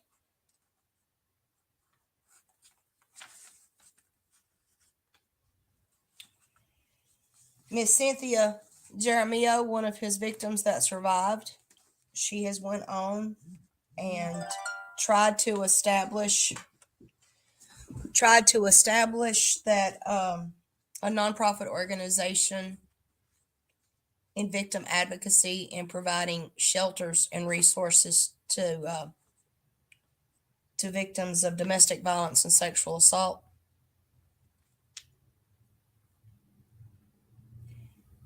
And she stayed in New Mexico and Arizona areas. She's actually done a really wonderful thing.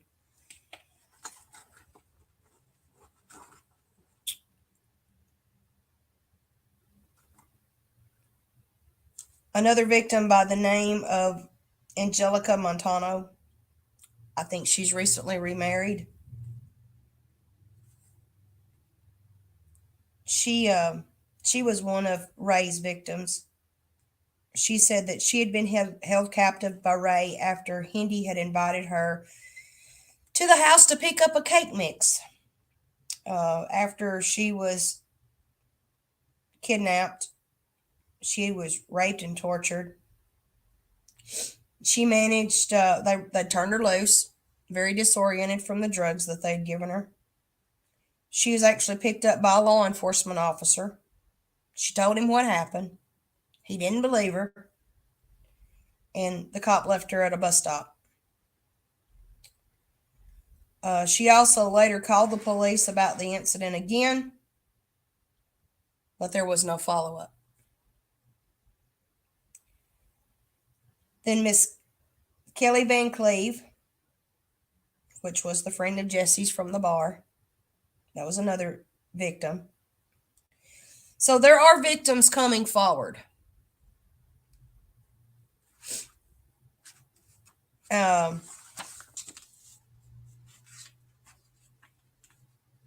With the minimum sentences that they got and they received,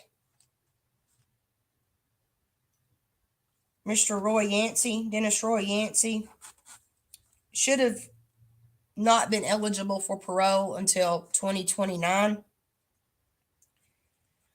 But according to the New Mexico database where he received his sentencing, he's out free walking around.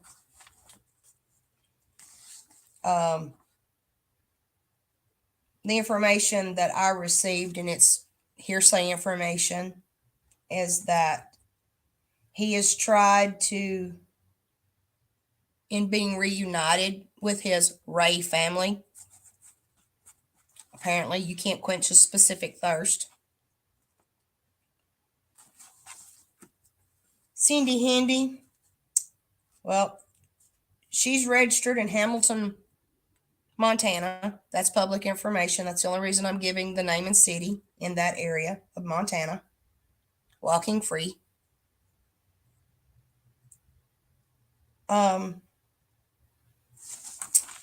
His daughter did get the lighter of the sentence.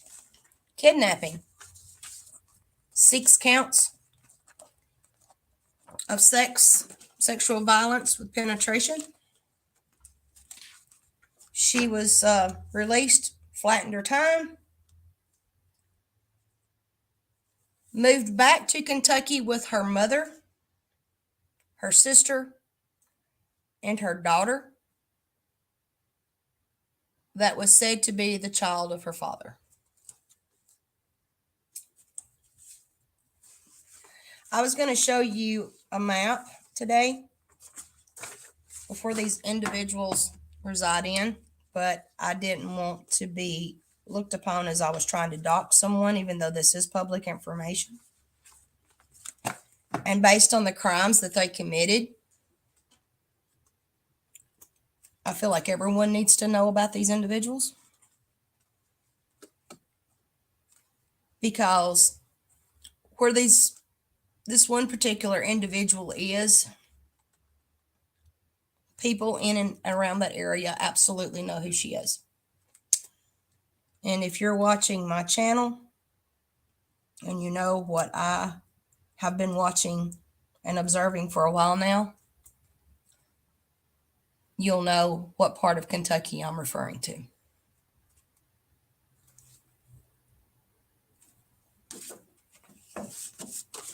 And with these 3 individuals running around, and as close as Jessie was to her father, and with what crimes have been reported in and around that area, and facts and points of interest for concern for another's general safety and welfare, it is a strong possibility that she is continuing her father's legacy and continued operations. This is an absolute cult. But when I told you earlier that I had a copy of the transcript of David Parker Ray's audio tape, a transcript was provided by a magazine called Parkman Magazine, and I stumbled across the transcript. And I'm only going to highlight a few things. Now, Mr. Ray and Miss Hindi and Miss Jessie Ray sat down and recorded this audio tape for their victims to hear. Before I go into that, I want you to understand something. Being human trafficked, sex trafficked, and child trafficked is not all what is depicted from Hollywood and in the movies. Sometimes it's a slow process of grooming and condition, and other times it is one of the most horrific experiences that a human being could ever endure. You're not just picked up off the street.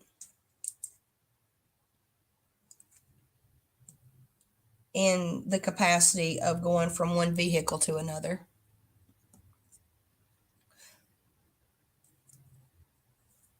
You're traded. You're drugged. You're beaten. You're humiliated. You're brainwashed.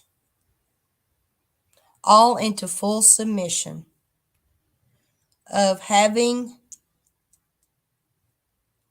the mentality of being as low as a paramecium before you are discarded.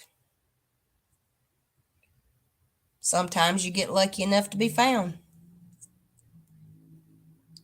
Other times you get lucky enough to have stability.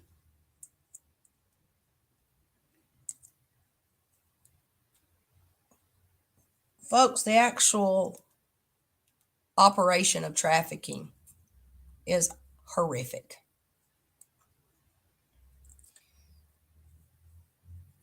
I don't wish this on anyone. Again, this is not some fulfillment of some sexual fantasy. These are crimes against humanity. You don't kidnap people to have your way with them. There's plenty of people out there who are willing to sell their bodies, but no one ever asks to be tortured and murdered.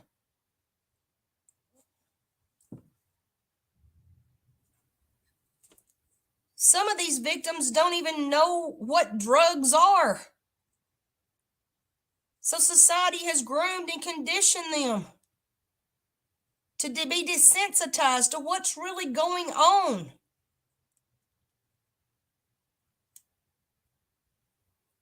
These people have committed some of the most heinous crimes imaginable, related to every angle and aspect of trafficking.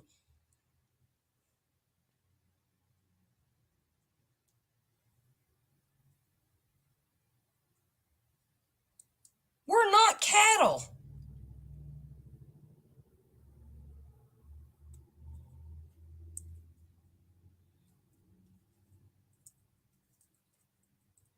But in reading this transcript, Mr. Ray made it a point to call his victims after they were bound and some of them gagged.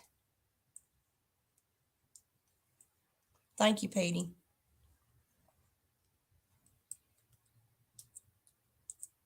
He's demoralized them by calling them a bitch,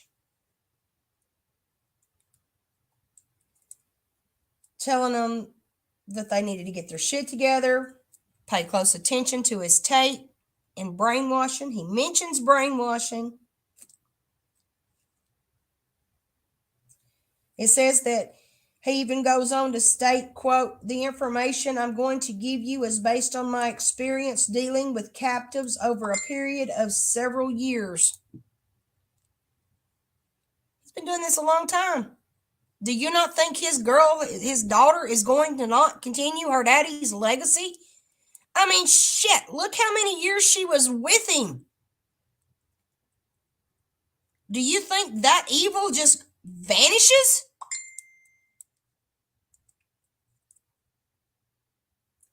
Training people to be sex slaves.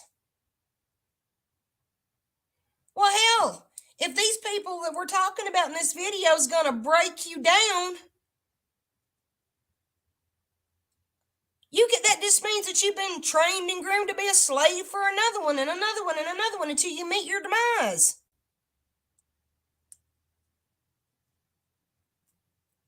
Having his lady friend with him, keeping slaves for years.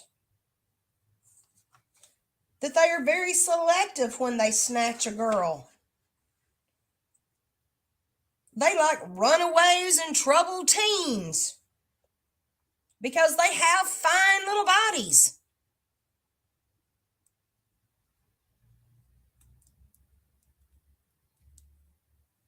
They prefer to snatch girls in the early to mid-teens, sexually developed. If we can't find a little teenager, we usually start hitting the gay bars. Look for a well-built, big-tittied lesbian. These are words from this tape. He goes on to say, "We snatch anything that is young, clean, and well-built." What I'm telling you is very graphic, but it is excerpts from the tape. Telling them that we snatch anything that is young, clean, and well-built. We very seldom come back empty-handed because there's plenty of bitches out there to choose from. You're going to be kept in a hidden slave room, soundproof, escape-proof, and completely stocked with devices and equipment to satisfy our sexual fetishes and deviations. You're going to be kept like an animal.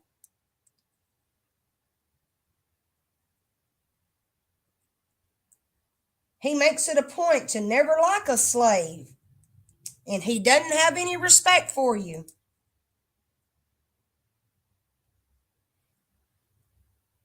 He goes on and talks about how these slaves are going to be subjected to animal sex, bestiality, and goes into explicit detail. He prefers large breed dogs, males, because he don't want no bitch having no pups. He goes on to say, if you're a young teeny bopper and ignorant about fetishes and deviations, you're about to get an enlightening experience or crash course in sex. He goes on, we take 4 or 5 different girls each year, depending on our urges and sometimes accidental encounters. Basically, I guess we are like predators.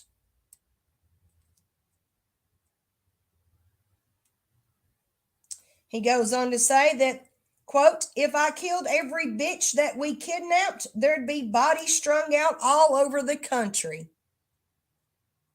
So he has devised a safe alternate method of disposal.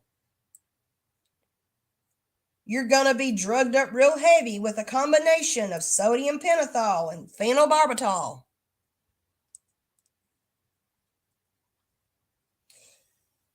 You're going to have hypnotic drugs used on you that will make you extremely susceptible to hypnosis, auto-hypnosis, and hypnotic suggestion.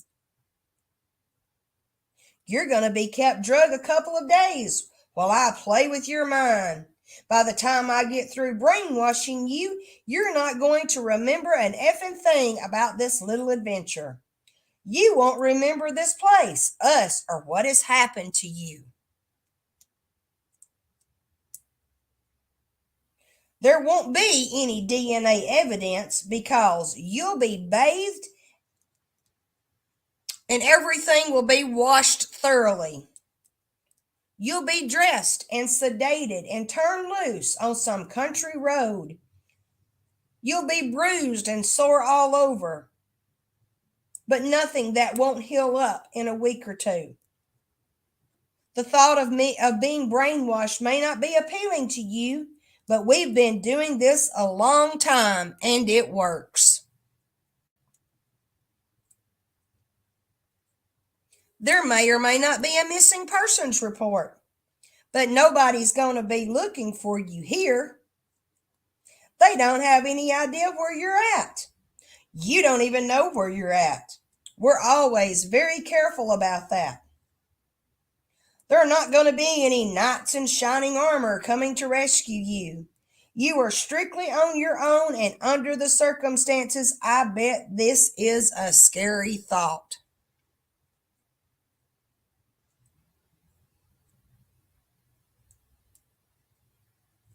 You're going to be kept in an environment that is more secure than a prison cell. Everything is soundproof, escape-proof. You're going to be restrained. There will be electronic sensors. You will be electrocuted. If everybody knew how much fun it was to keep a sex slave, half of the women would be chained up in somebody's basement. He likes watching naked women. He likes kidnapping people and training and using them as sex slaves, forced into sexual slavery. If they're worth taking, they're worth keeping. You are a potential threat, and you will always be treated as such. Money's not that important, and misogynists are rare as hell.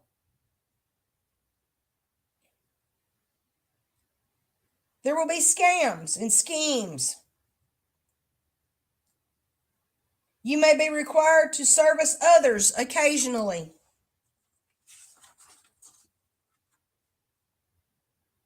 He goes more into detail about talking about bestiality and what he's going to do with his slaves. That's pretty in depth, so I'll jump down a few more sentences. Now, if you think all of this stuff is sick and depraved and you haven't seen anything yet, this is a whole different world. Among our small circle of friends, little things like rape, kidnapping, bestiality, stuff like that are everyday occurrences. Matter of course. Here anything can happen and often does. We like living in the mountains because it's quiet, secluded, private. And everybody minds their own business. The only closed house belongs to our friends, and they don't hear or see anything.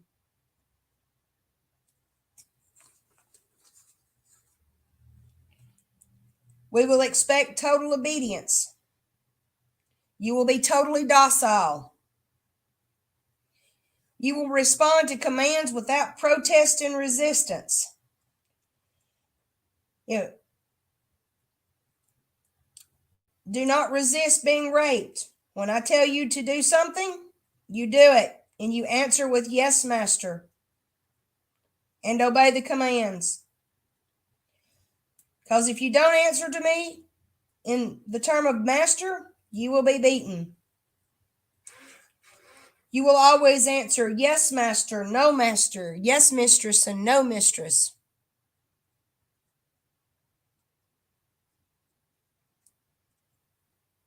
Whatever they demand from this slave, she will be fully submissive.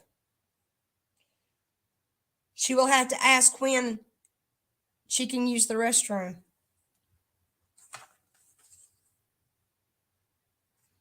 And that would be the only time that his slaves were to initiate speech.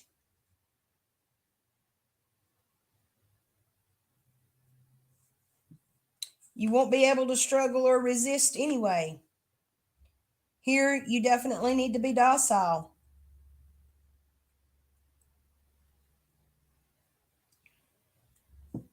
Could you imagine being tortured? This transcript is horrible.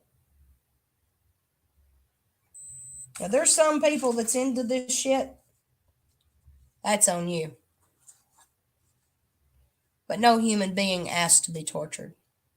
And if you do ask to be tortured, God have mercy. Just God have mercy.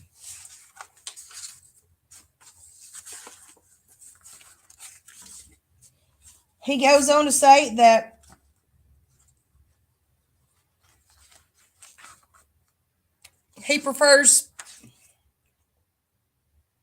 he mentions having teenagers multiple times.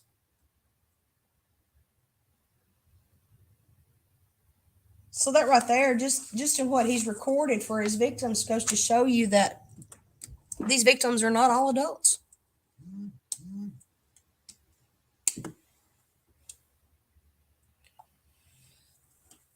This, I'm probably going to cover a little bit more on this, but I've gone for a pretty good ways now. I've only had like 3 or 4 people watching the whole time, and I hope people take the initiative to look into how people like the Ray cult has spread out across our nation, and understand that where these people have relocated to and where they frequently visit because they're free to walk around,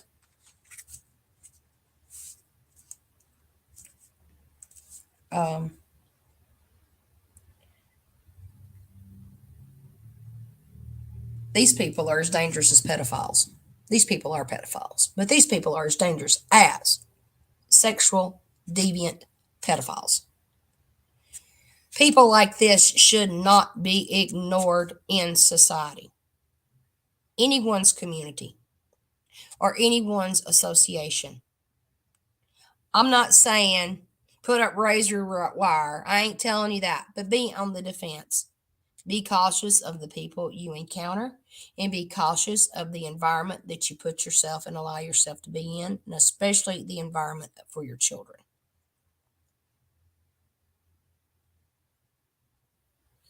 There are missing young women, there are missing teenagers, and there are missing children.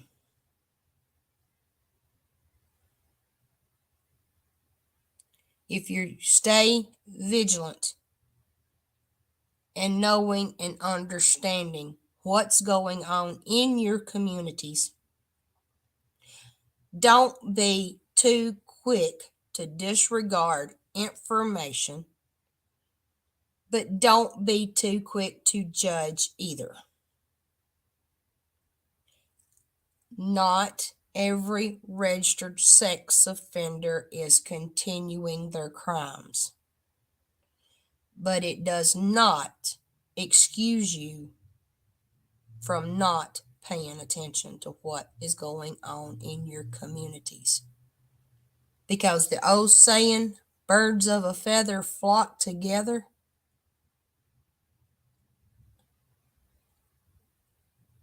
absolutely applies. I know people in my own community that are registered sex offenders. They are doing everything they have been court ordered to do, but they are associated with others who cannot follow the rules. They flock together. There is constant recruitment. Well, you're right. The unregistered worries me more than the registered do. But there's been people getting away with sexual deviances for years and years and years. That's why it's such a shock when someone's actually convicted. That's why it's such a shock when you find people in your community being charged with crimes against children or adults that is sexual in nature that belongs to our government, our local governments. Yeah, hell, even our own law enforcement. For a law enforcement officer to tell me on the phone that it's not a crime to have a sexual fetish. Now, I'm not going to say this officer's name, but this officer lives and works in the county that this demented bitch of a daughter lives in.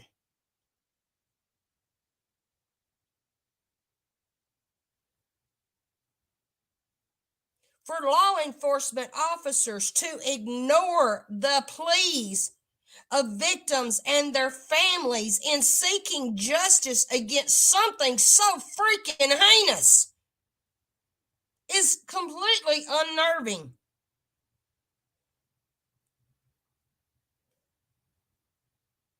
To be defiled and demoralized and belittled because they've got drugs in their system.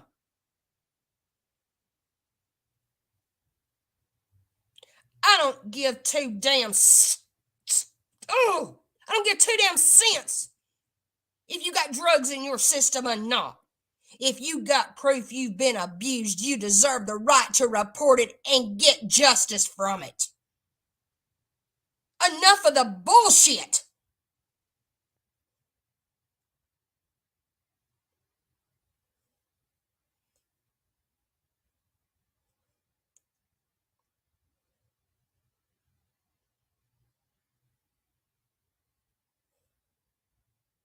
And then they wonder why we've got such a high level of mental health concerns in the nation. It's because the victims have been ignored.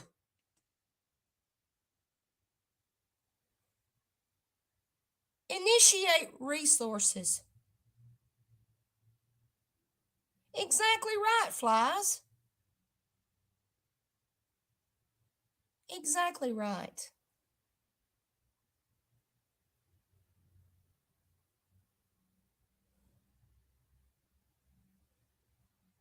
I'm very passionate about what I do. Very passionate.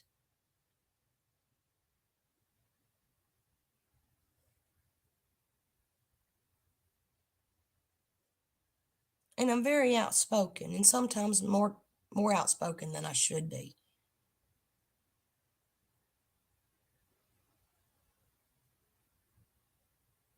There's a lot of people I could help, and there's a lot that I can't. And there's even some that I won't. And that's what makes doing what I do so difficult sometimes.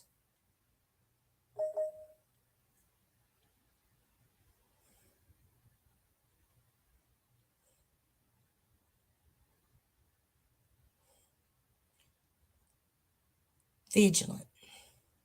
Stay vigilant.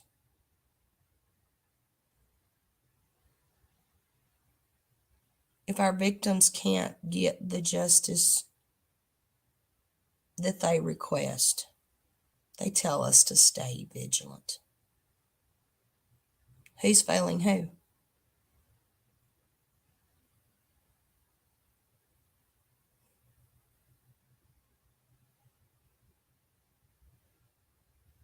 Then you hear the term re-victimization. Re-victimization. It's not re-victimization. Re-victimization is when you force someone to relive a trauma.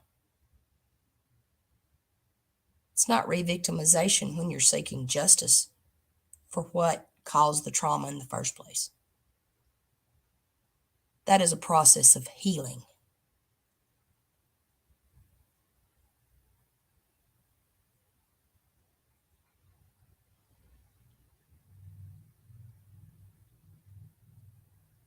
when you hold on to the trauma and you become so submissive to the mercies of our laws,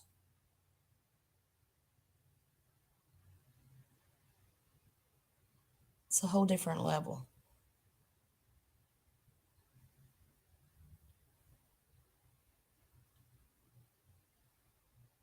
Don't stop trying to help victims who actually have a trauma to report in someone violating their mortality.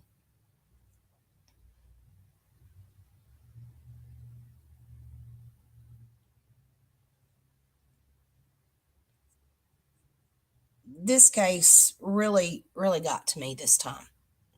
It's just made me stronger.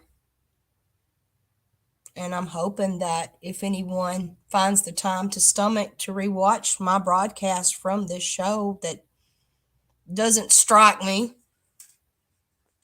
and that actually looks into this for themselves, I hope it encourages strength as a supporter of victims. I hope it encourages strength in an education or an educating opportunity to get familiar with your state's laws in speaking up for these victims and encouraging these victims to speak up for themselves. I mean, there's 3 victims that was mentioned in this case file. One of them's went on to set up an advocacy center. Actually, 2 of them have. The other one, she struggles every day by the trauma that her body endured from being drugged and tortured.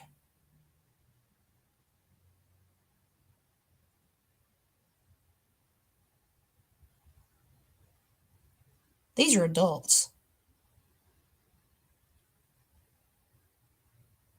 Now think about the children.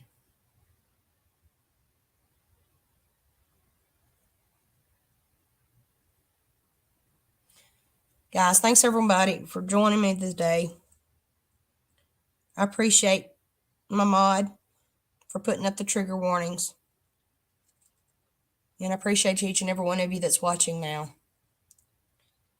If y'all have any questions, my contact information is in my about information. And it takes a lot of energy, takes a lot of resources to research and get the right information out there so more and more people can become aware of what's really going on in today's world. And what I'm doing is not for entertainment purposes. Thanks again. Prayers to every one of you. I request prayer for myself. Y'all stay safe. And I'll talk to you soon. Thank y'all.